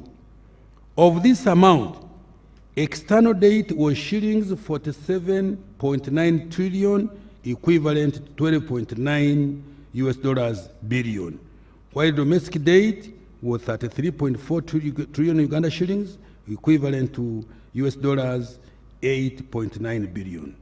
Public debt is projected at shillings 88.9 trillion, equivalent to 23.7 US dollars billion by 30th June 2023. In nominal terms, Uganda's debt to GDP is projected to drop to 48.2% this financial year ending this month, from 48.6% at the end of June 2022. The reduction is due to the government commitment to debt sustainability. This is slightly below the government policy target of not more than 50% of GDP, and also below the 52.4 threshold provided for in the Charter of Fiscal Responsibility as at the end of financial year 23-24. Madam Speaker, the debt service to domestic revenue is projected at 34.1% for the financial year ending June, compared to 30.6% in the previous year. The increase in debt service cost was due to external commercial and domestic borrowing. This takes away money from the budget, which would have funded other government priorities such as health and education. Debt sustainability. Madam Speaker, to maintain debt sustainability, government will work to 1, ensure effective implementation of the domestic revenue mobilization strategy to boost the capacity to increase domestic revenue collection. 2, reduce expenditure in areas of lower priority in order to support fiscal consolidation. 3, access new sources of financing, including climate and green financing, leveraging private equity for infrastructure investment and scaling up public-private partnerships, and leverage non-traditional innovative funding structures and identifying appropriate credit enhancement mechanisms. 4, limit non-concessional debt to high-impact, high return projects such as the standard gauge railway projects, development of industrial parks, power transmission lines, water for production and tourism roads. 5, reduce domestic borrowing. Measures to deepen the debt market. Madam Speaker, my ministry has been working with the Bank of Uganda to reform the domestic capital market and make it more competitive. These reforms include rolling out of the use of a mobile money platform for investing in government treasury bill and bonds to broaden the investor base by enabling ordinary Ugandans to participate, increase competition, and reduce the cost of borrowing. 2, finalize the framework for creating new and innovative government bonds to finance the budget, including infrastructure bond for financing infrastructure projects, green bonds for financing climate-smart projects, Sukuku bonds for integrating development finance based on Islamic banking principles, among others. Madam Speaker, the draft bills to operationalize Islamic banking in Uganda are ready for submission to Parliament. I urge Parliament to expedite the enactment to allow the private sector to access this source of funding. Resource envelope for financial year 23-24. Madam Speaker, the resource envelope for financial year 23-24 amounts to shillings 52.7 trillion as detailed below. 1. Domestic revenue amounts to 29.7 trillion, of which 27.4 trillion will be tax revenue, and the 2.3 trillion will be non-tax revenue. 2. Domestic borrowing amounts to 3.2 trillion. 3. Budget support accounts for, budget support 2.8 trillion. 4. External financing for projects amounting to shillings 8.3 trillion, of which 3.0 Uganda shilling trillion is from grants and shillings 5.3 trillion is from loans. 5. Appropriation in aid collected by local governments amount to shillings 287 billion. Domestic debt refinancing will amount to shillings 8.4 trillion. 7. Other financing shillings 222.0 billion. Madam Speaker, total expenditure will be 52.7 trillion. Wages and salaries will amount to 7.3 trillion, and non-wage recurrent expenditure 13.5 trillion. Government of Uganda development expenditure amounts to 6.1 trillion, and external project supporting financing is 8.3 trillion Uganda shillings. Areas worth 215.8 billion will be settled. Appropriation aid shillings 287 billion have been provided for. External debt repayment amounting to shillings 2.6 trillion and interest payment of shillings 6.1 trillion will be made. Domestic debt financing amounting to 8.4 trillion. Madam Speaker, I have attached the details of the resource envelope and other allocations for financial year 23-24. I conclude. Madam Speaker, this budget is dedicated to the Ugandans who are currently not in the money economy. Let me repeat. Madam Speaker, this budget is dedicated to those Ugandans who are currently not in the money economy, to those individuals and households whose income per year is below 20 million shillings. They have now the opportunity to utilize the support that the NRM government has provided under the parish development model, the MIOGA, and other government initiatives. This budget supports taxpayers who are recovering from the after-effect COVID-19. For industrialists and entrepreneurs, it improves the environment within which you are operating. It aims to lower the cost of doing business, reduce the time spent transporting goods, including agricultural produce from farm to markets.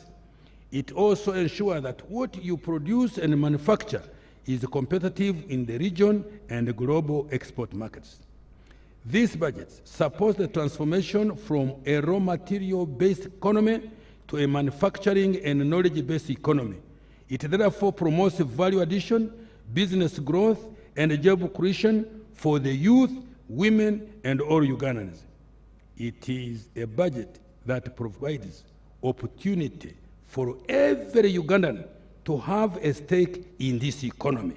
I therefore dedicate this budget to those Ugandans who are working hard day and night to expand and modernize our economy and our country.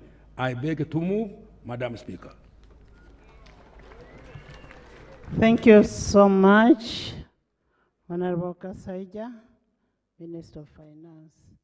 Just a slight correction on resource envelope for financial year 2023-2024, and this is for our Hansard.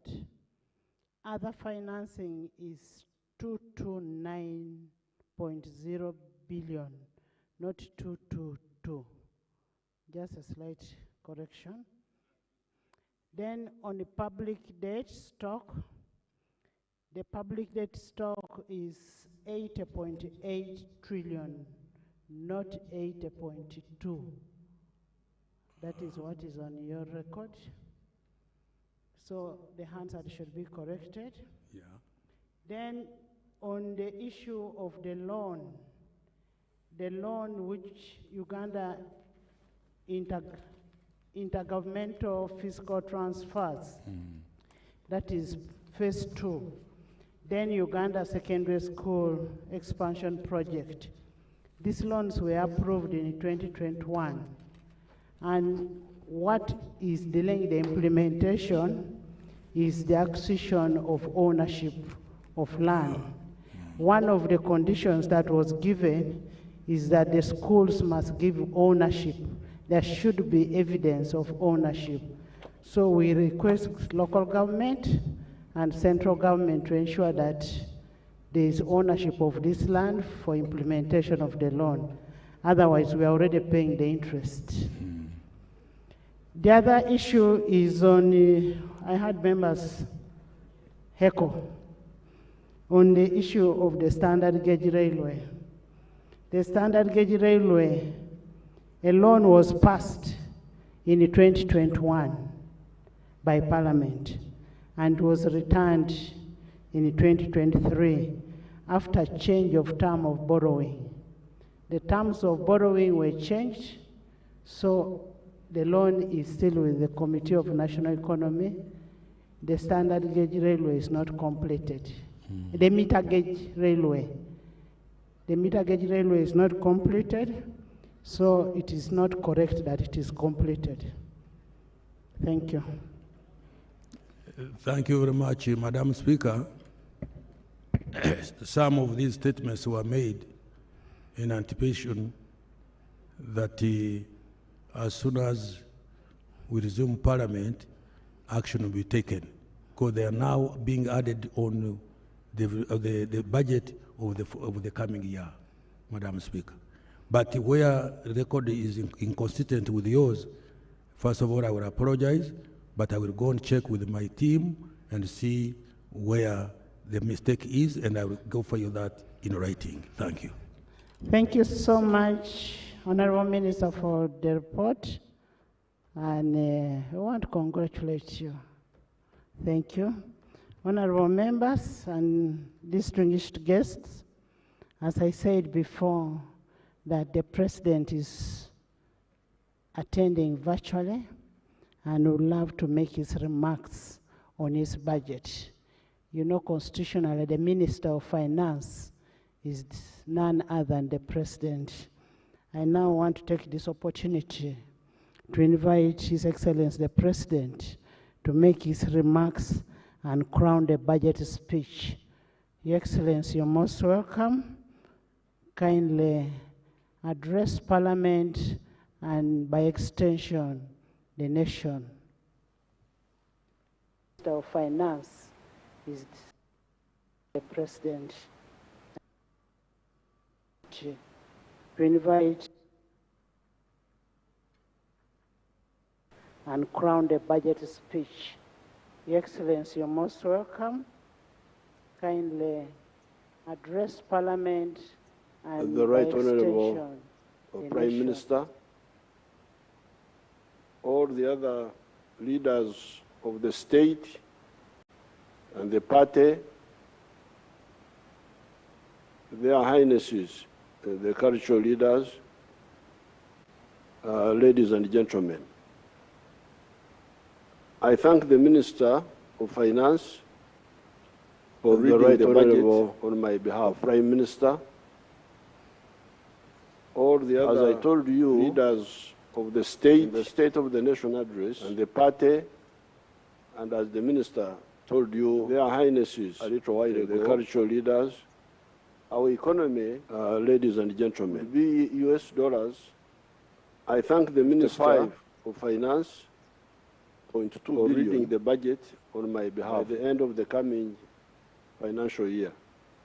As I told you, this will mean the State of the Nation address that our economy, and as the Minister told you a little while ago, 37 times our economy, it has increased US 37 times in size, 55 compared to Uganda's economy, 2 billion of the end of the coming financial year.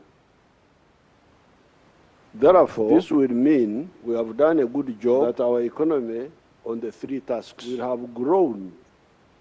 This task should be clear to all of you. It has increased 37 times in size in running public affairs compared to Uganda's economy. Otherwise, you will make a lot of mistakes. The three tasks, therefore, are we have done a good job, what we called minimum economic recovery.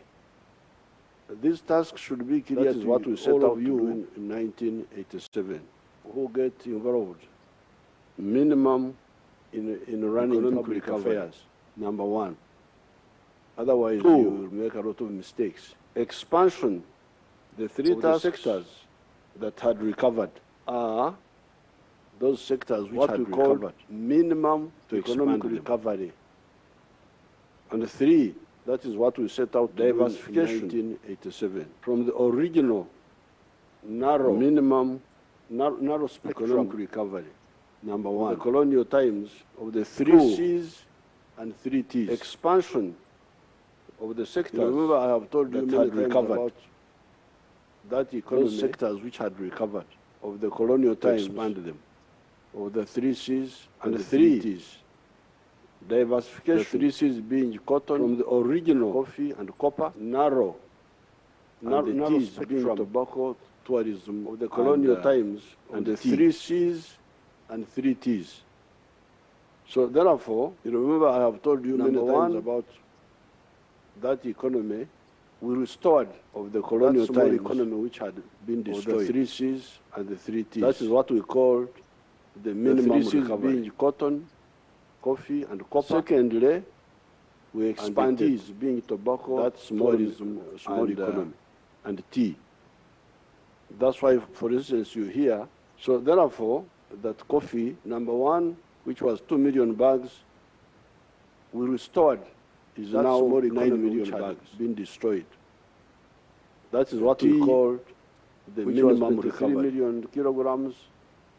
Secondly, we expanded, is now 60 million kilograms, small economy. So, number one, that's why, for instance, you hear recovery. That coffee, number two, which was 2 million bags, expansion. Number three, now 9 million bags. Diversification.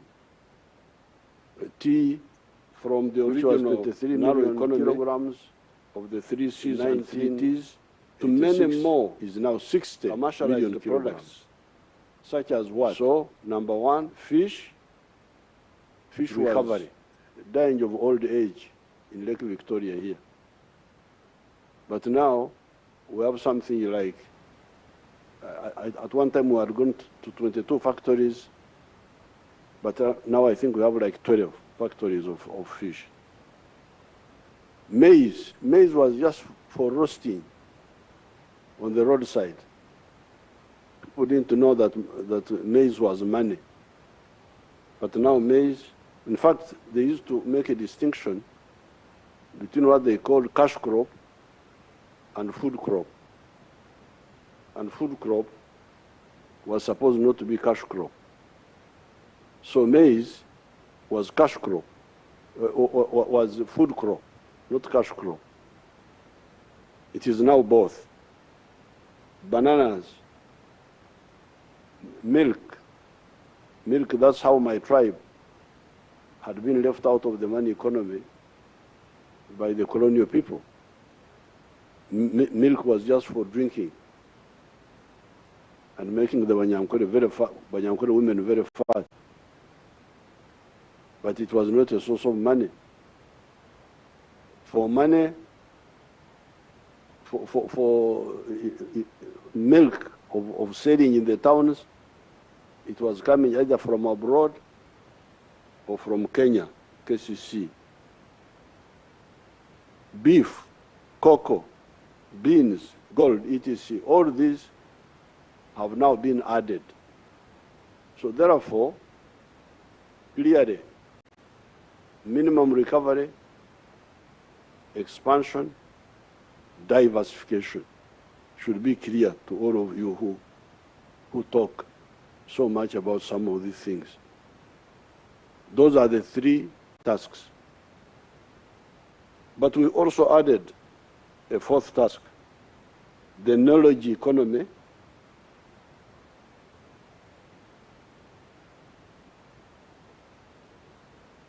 for instance, automobiles, technology. When you talk of Chira, you are now talking of a new economy. You are no longer talking of just coffee and agriculture and hotels. You are not even talking of simple manufacturing. You are talking of high knowledge, high tech manufacturing. So this is the fourth task now, the transformation, minimum recovery, expansion, diversification of what was there, but also new type of economy based on science and high technology. Example, automobiles, pharmaceuticals, vaccines, etc.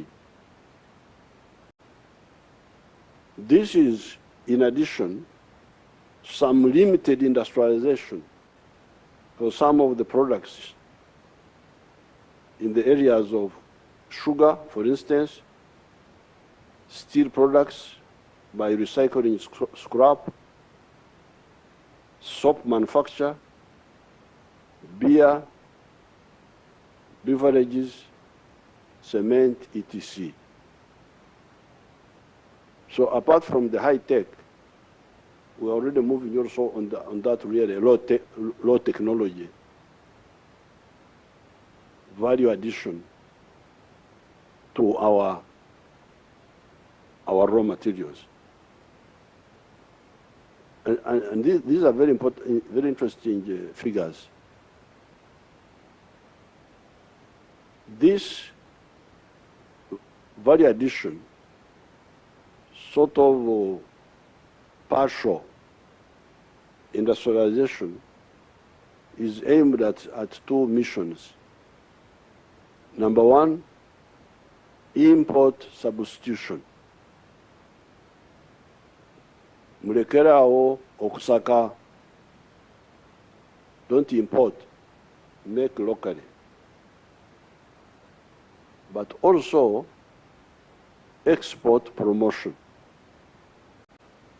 Now, apparently, when I was writing this short speech, when here in my house, when some people said about in ICU,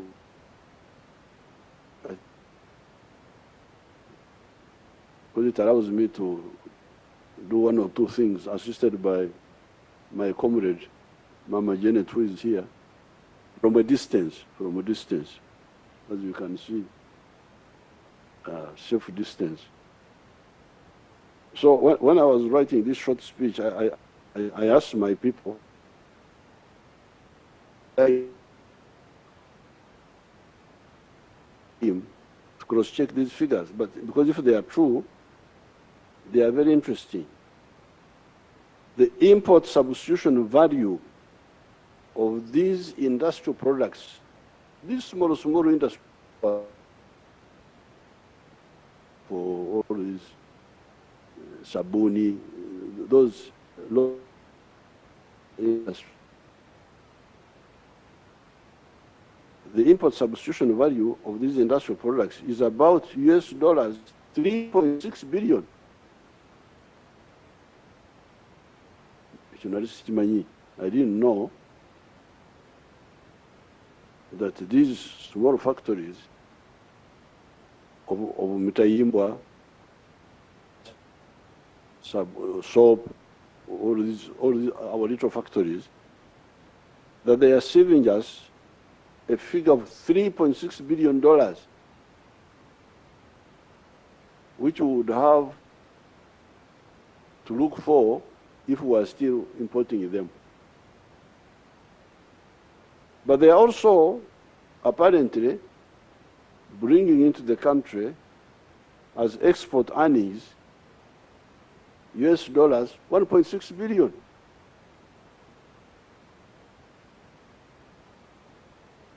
Omukazi omunyankore we yagambira antukahize ngo ebere etutu yobere shagama. There was this munyankore woman who was catching locusts. You know, the other time when we had a problem of locusts, when they were threatening us, many people did not know that some of the Ugandans were not happy with me because I killed the locusts quickly. But some of the Ugandans who eat the locusts, they said, this man has spoiled our food. He should have allowed us to deal with these locusts. NCG. They used to catch them and eat them. So in the 1930s, when the locusts invaded us, a Munyankore woman went into the papyrus swamp to catch the NCG, the locusts. And she was carrying a child on the back. And she was so excited with catching the locusts. Those papyrus plants sometimes can be very sharp if they are broken. So the papyrus fragment cut the throat of the child at the back, and the woman had a warm liquid, and she thought it was sweat. But when she finished catching the locusts and said, I thought it was sweat. Video, it has turned out to be blood. So, me, I didn't know that the little work we were doing, I thought it was sweat, but apparently it is blood. It is something serious. We are saving you 3.6 billion import substitution and earning for you $1.6 billion from the exports of now no longer just coffee and so on and these other things, but industrial products. That's really, I was very happy to get that figure. However, the big proportion of our economy is still a raw materials economy. So please, especially the NRM cadres, understand this very clearly. This economy we are saying has grown, as Mr. Kaseja was saying, to $49 billion now, and it will be 55 point something billion by the end of this financial year, which we have entered. You should know that that Chivaro, that estimation is as mainly a raw materials economy. Economy, echari mukutunda embidde, selling the sour bananas before you process them. Meaning, and processed coffee, although I am putting on fine spinner's shirt here, still much of the cotton is sold as raw material. Maize, you can imagine we sell maize, wempeke, maize of grains outside, and then we import animal feeds, you can imagine. Animal feeds are from mainly maize. You sell grains of maize, you import animal feed more expensively. And our poultry farmers are crying for animal feeds. And the other people of the pigs, and so on. And even the cattle people. Until recently, we have been importing leather from outside. You can imagine, Amaliba, skins and hides. Until recently, when I built that leather factory in Kaumu, our people were importing leather from China and from India. Now, this is where, and I was hearing all of you making speeches there, but I am begging you, all the NRM cadres, this is where history demands collective and cohesive action from the NRM cadres. Now that we have got an educated workforce, because now we have got, you saw what Mr. Kaseja was saying, that 80% of Ugandans now can read and write. You heard him saying it there. 80%, literacy rate, 80%. From 43% are literate. Now that we have got an educated workforce, now that we have got enough electricity, now that we have got good roads, and that we are building or repairing the railway system, here in the speech I did not add, but Mr. Kaseja talked about it. We have got cheap money in UDB for industry. Every effort must be made to add value to all our products. Because this is what is lacking now. To add value to all our products. Add value to coffee, please. Why? Because you will get money more than 10 times more when you add value to coffee than the way we are selling it now. To cotton, timber, cocoa, even fish products, although the factories are producing fish fillet and so on, but we can add more value, apparently. Gold, we need more gold refineries. Iron ore, we don't want to sell iron ore unprocessed to anybody. We need to sell steel, copper, vermiculite. There's a lot of vermiculite in Bugisu there. Phosphates, You can imagine we are crying that there is a war in Europe, so we can't get phosphates now. We have phosphates here in Tororo. The Chinese man who had come there, our people stole money from him. He was stupid. He was giving bribes to idiots and thieves. He should have helped me to get them, and I would have hanged them. But we shall get other investors. So, adding value to phosphates, petrochemicals, maize, bananas, etc., etc. By doing this same economy will jump to US dollars 550 billion instead of the mere 55.2 billion we are talking about, laudable though it is. I am happy to say, oh, we have gone to 55.2 billion, but I'm not satisfied. No.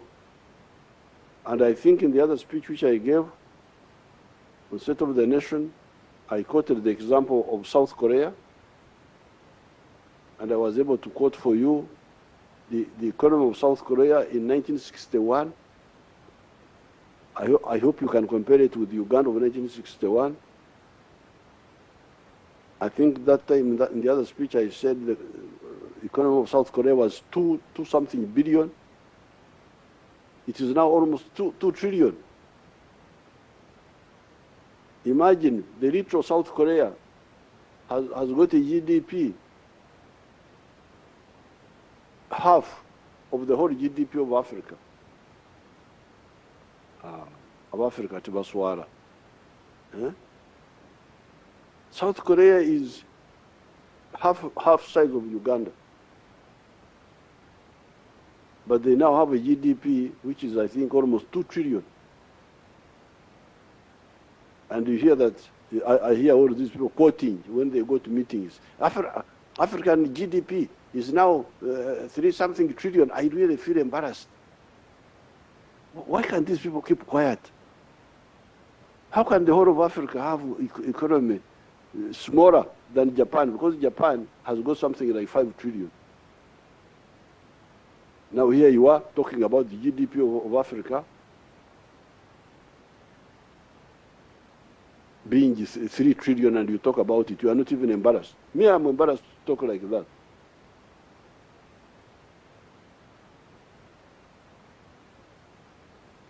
That's what I was telling the NRM MPs in Chankwanzi. You are talking of the oversight. Oversight. Okay, thank you very much. But is it in order to oversight backwardness? And you feel satisfied that I'm overseeing the backwardness? 39% of the people who are outside the money economy,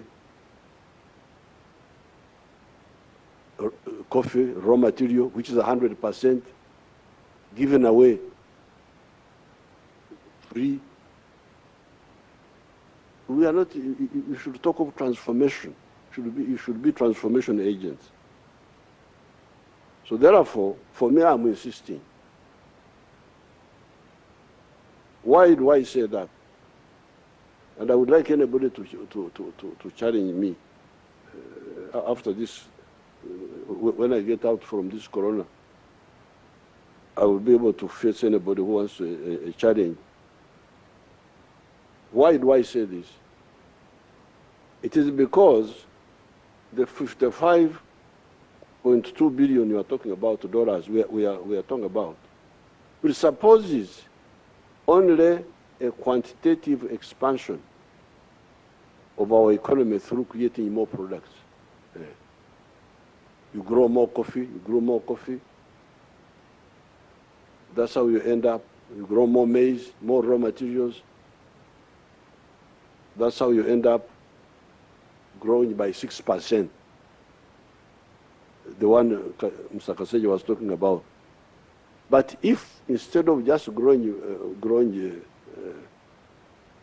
coffee beans, If I process a kilo of coffee from bean to powder, instead of earning $2, I earn $40. What is that percentage now? Eh? No.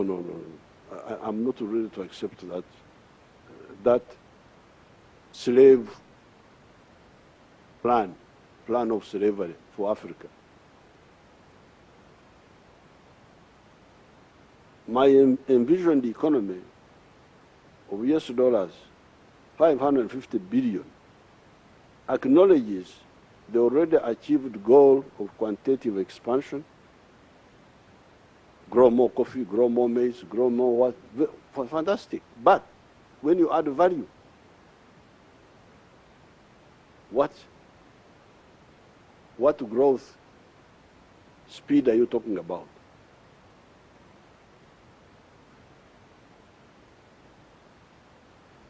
But adds another element. My envisioned economy of the US dollars 550 billion acknowledges the already achieved goal of quantitative expansion, but adds another element of qualitative leap through value addition. That's what I'm talking about. That is not all, however. Remember, there are still 39% of our households that are still spectators instead of being part of the players. These are the Bakorele Chida Kyonka, teach me ichkeken, working only for the stomach. Here below is a report written for me by Major Gaba, one of our army officers, about one of our wealth creators, Nyakana of Rwengaju, near Fort Portal. This army officer wrote for me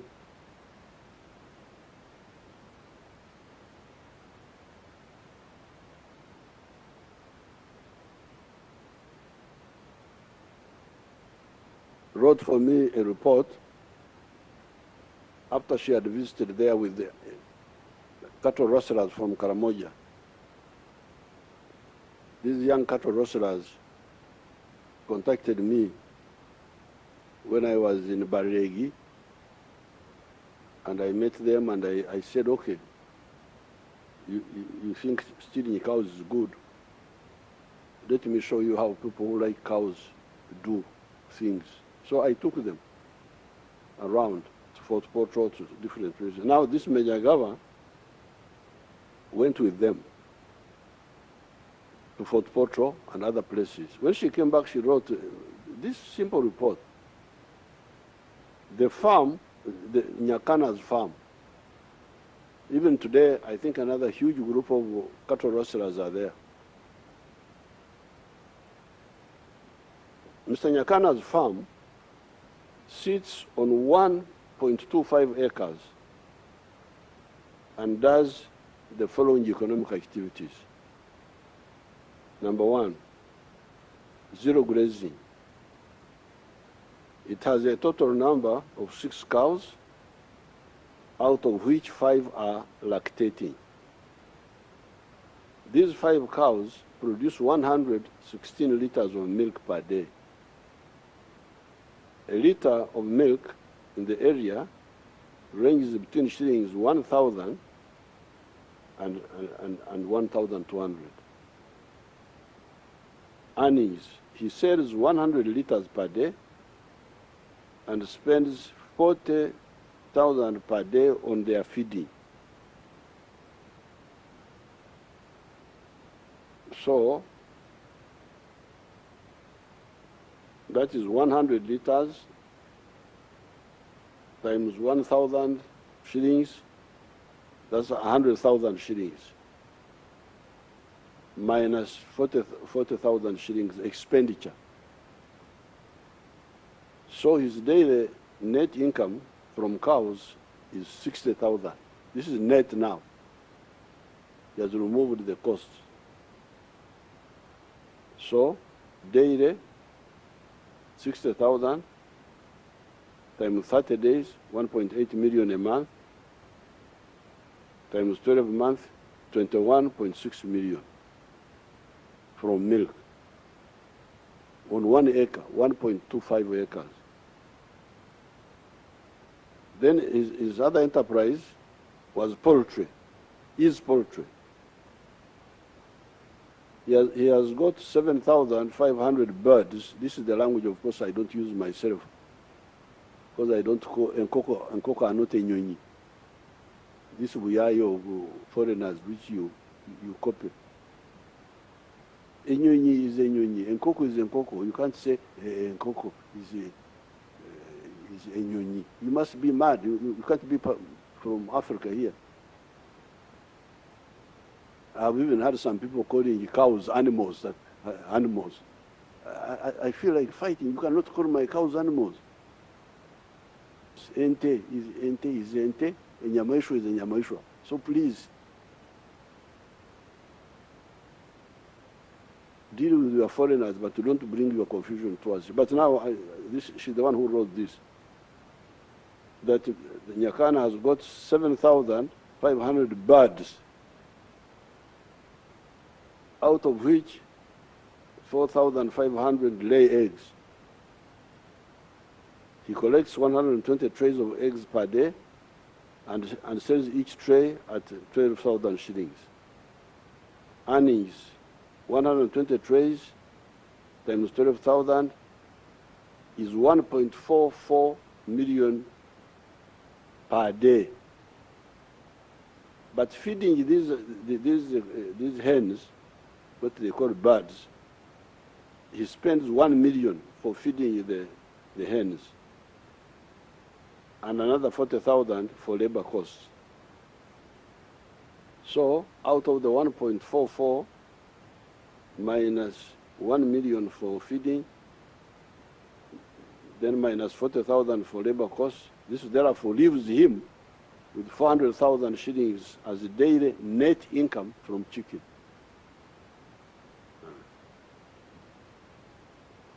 $400,000 per day times 30 days is 12 million in a month.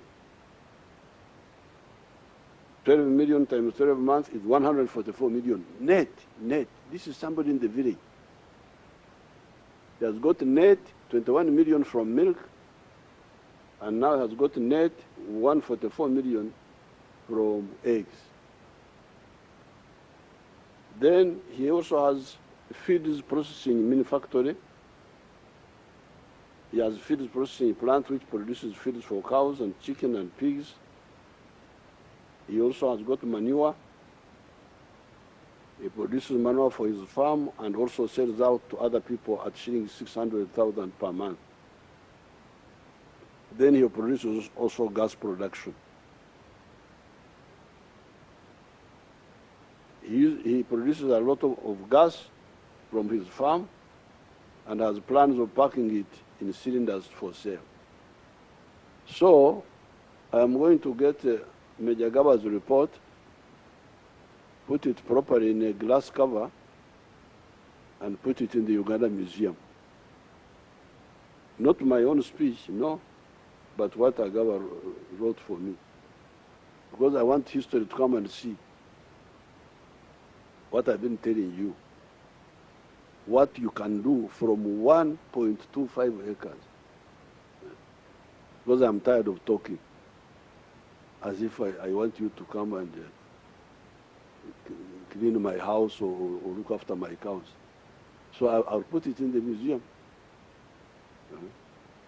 Not my speech as a whole, but this report by Major Gaba, because she wrote it very well. That's how I put it in this speech.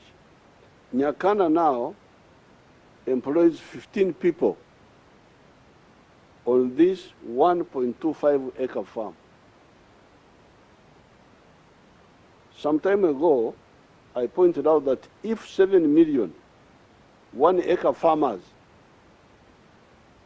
created a mere 10 jobs each, not Nyakana's 15, would create 70 million jobs, more than the population of Uganda.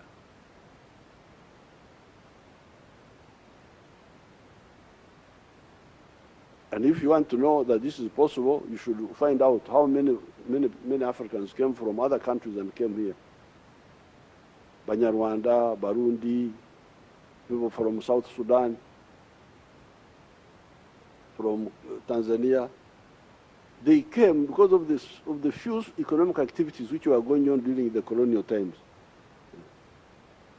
Coffee, cotton, kajo, sugarcane.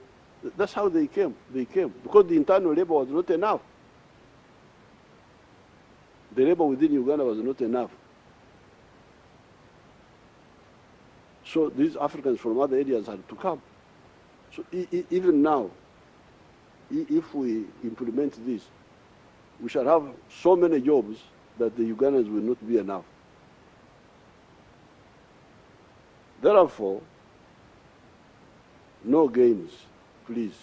No games, no delays, no corruption, no aloofness by leaders and officials in the issue of value addition, and no relenting on PDM and Emyoga.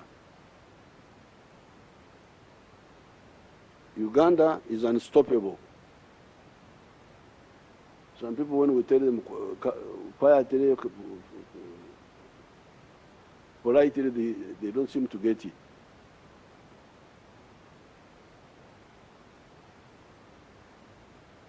On the side of agriculture, I did not talk about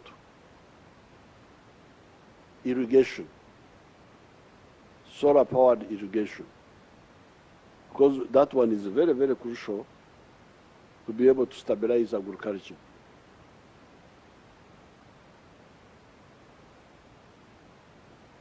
You had your budget, Ugandans, of Uganda shillings 52 trillion.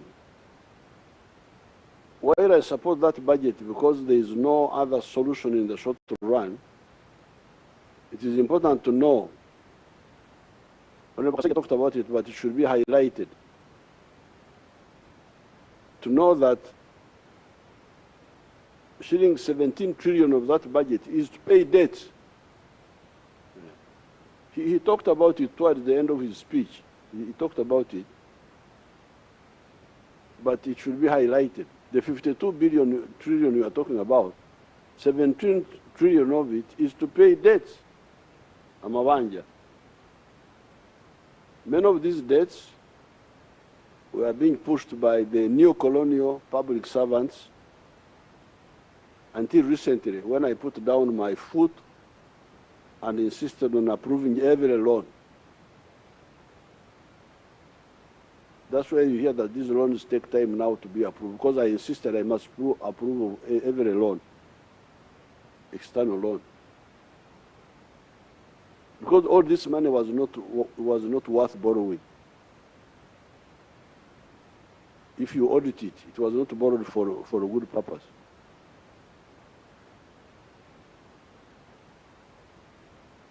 The way forward is that we should borrow less, and I'm glad the minister talked about that, or not to borrow at all.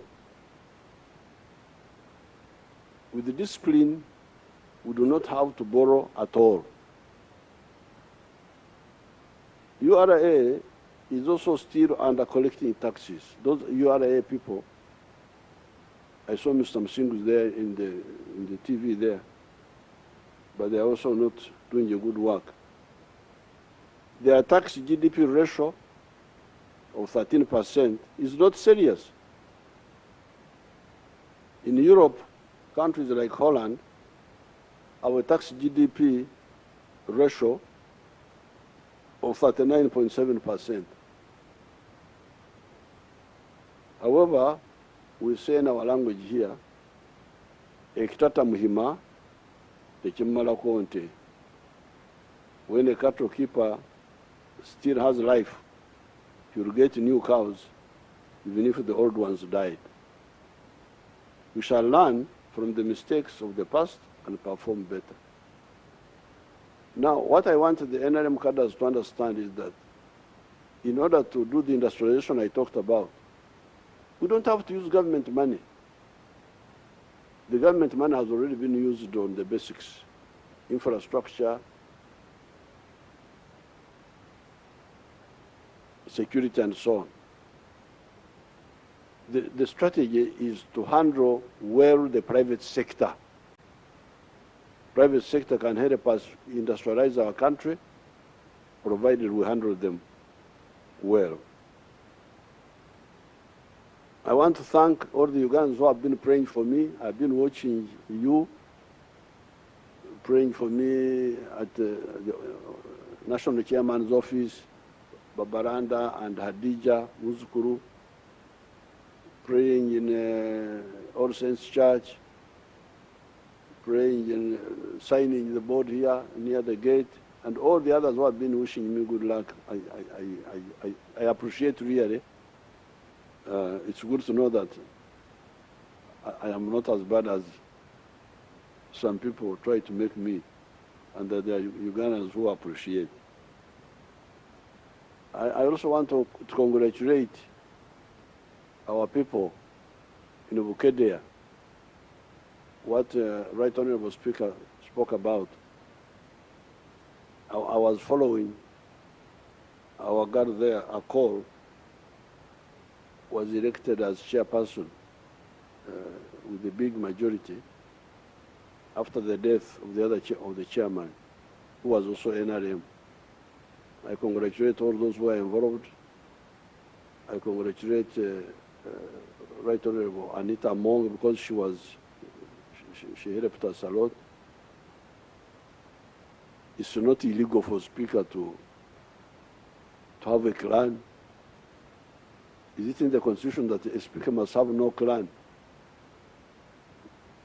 including a political clan? So if it's not unconstitutional, then I want to salute her. And the NRM people who stood down, because there were NRM people who stood down for our call. So I thank you, and I wish everybody good luck. Next time when I come on the TV, I will talk about Corona, because now I am an expert, and I'm also a veteran of Corona. So you count me among the veterans. Thank you very much. Thank you so much, Your Excellency, for successfully delivering the budget speech and crowning it. I want to reiterate our commitment as legislature that we will do our work as enshrined in the Constitution and mindful of the money economy. We'll do what all it takes, but mindful of the money economy, and we'll always ensure that there is value for money. We will not allow anything else but value for money for us to increase money in the economy. Thank you so much for us to be able to get what we want. Thank you. Adjournment. I want to once again thank the President of the Republic of Uganda and all the dignitaries that were invited and have attended this very special function. In a very special way, I want to thank Mama Janet Museveni for taking good care of our president. We want to thank you so much, and we keep praying for you and the family, and we wish our president a very fast recovery. We want you out there to do work for this country. We are adjourning the House to Tuesday at 2 p.m., 20th June 2023. The anthems.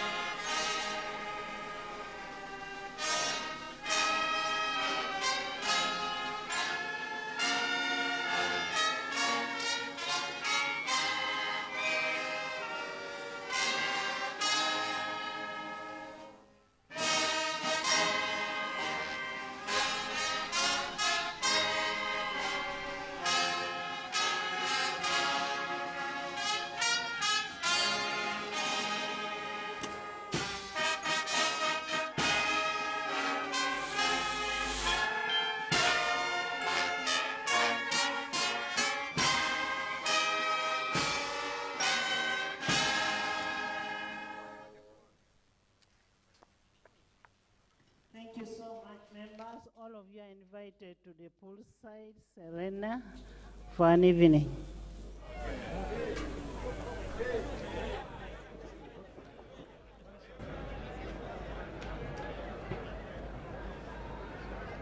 So, a good evening to all of you. My name is Timothy Nyangos, and this is UBC. Even as we get to the end of this national budget reading 2023-2024, a lot has been said. The president was here just a few minutes. He addressed a few things about import substitution and also spoke a lot about, you know what, this oversight role, what does it get us unless we get out of this poverty?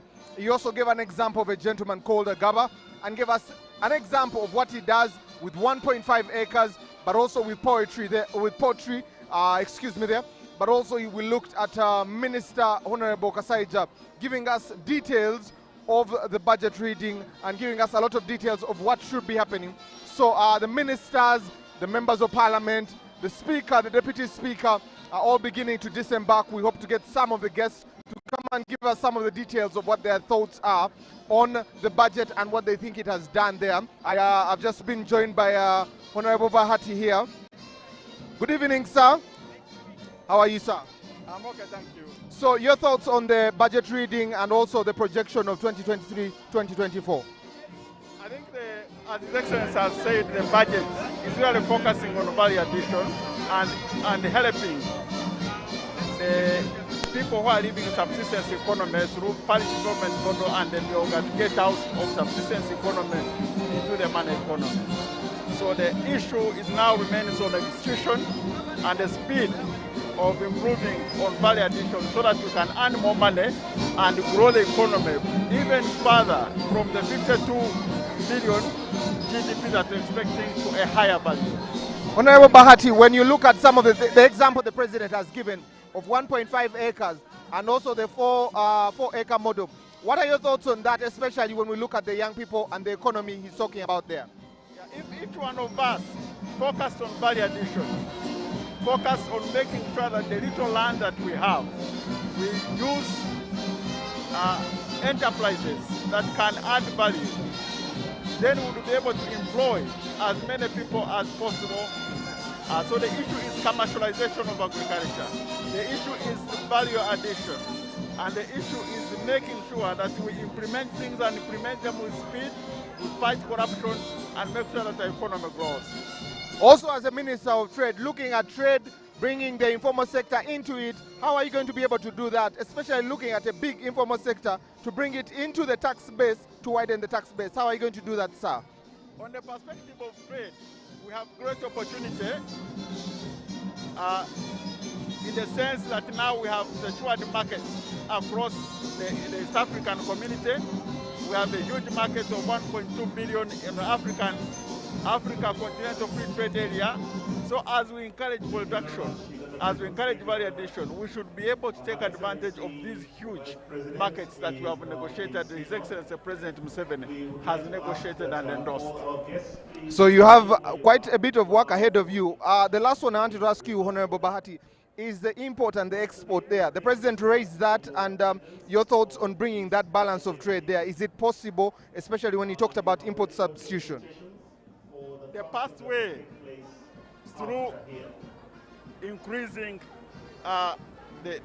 reducing the balance of payment is through export promotion. And export promotion will be through value addition and will be taking advantage of these markets abroad. And that's the way to go. Thank you very much. We appreciate. And that's from the Minister of Trade, and we're hearing a lot of going to on import substitution, what they hope to be able to have moving forward in import, because our import bill is higher than our export, especially looking at the raw material we take out. The president was talking about, you know, the benefit of coffee. Africa only benefits 2.5 billion shillings out of the 25 billion shillings in coffee, and that's just the whole continent there. Now I have the minister coming in, and we're going to be discussing PDM, Emyoga, all these things that the president is talking about, the success rate, and looking at it going forward there. Honorable, good evening. How are you? And your thoughts on the budget reading and also the president's speech there. I want to concentrate on the president's comments on the budget, particularly on how we can work on how we can use the small the small pieces of land to make income. If we could adopt this, we could generate the number of jobs we want, we could get the amounts of money we want, and we would really achieve our goal of bringing every Ugandan into a money economy. And Minister, even as you've spoken about that 1.5 acres the President spoke about, we have a lot of land fragmentation, a population that is growing at 3.3%. How do you hope to solve this problem, to have this idea be implemented? You see, if you got the President's message very well, it was targeting those who have already fragmented their land. He has been saying people should be, especially families, should be encouraged not to subdivide land, especially when the founder of the household dies. But where it has happened, how can we use the small acreage we have to still derive the necessary benefits from the land? And the solution is on the example he gave. If we can follow his example, then we are good to go. Honorable, my last question is about PDM. The lessons you have learned in this first year there, what are you going to change or do different in the next year when you get the 1.1 trillion shillings there? PDM, we are on course. In the initial year, we shall manage to distribute the 100 million. And this year also, we are going to send another 1.1 trillion. We are not looking behind on PDM, and progress is there. In some areas, people have started accessing the money, and where they have not, the preparations are underway. They are finalizing to see all the targeted beneficiaries start receiving money. So it is something which will really move. Thank you very much, sir. I appreciate your time there. So that's a bit about PDM. I also have another guest. Good evening, sir. How are you? How are you, sir? I am very well. Your thoughts about the budget reading today and also the projections that have been given for 2023-2024? Yes. Thank you very much. My name is Adriko Yovani, represent people of Vura constituency, Arua district. Today I'm very, very happy for the speech of the president and the whole budget. What you have seen here, we are going to see the changes. So as we leaders from central government to local government, we need to go and mobilize the local revenue. Because if the local revenue is there from local government, and also we are going to really promote our economy. And I have seen our economy is going to be very well. I'm really happy. And if you want to see what we have already done, we have already done a lot. We, the NRM government, has done a fantastic job. And it's still not enough, but we need to do more. Because still we have so many challenges, and also we need to support the government programs like the Parsi model, IMYOGA, and other things, so that we can really support our country, because without money, no development. If we work together as a team, it's going to be good. And two, we should really utilize our money then in a good way, particularly the corruption, because I talked about the corruption. Yeah, because if our money, we're going to use it in a good way, or without corruption, I'm sure we're going to develop this country very well. Because in other ways, sometimes the budget is well, but when it comes for implementation, if the corruption is there, it's going to affect our development. But this time we're going to be very serious to make sure we should protect our environment, we should protect our budget, so that Ugandans must benefit in this country. Because we have so many issues, like the electricity, like the roads,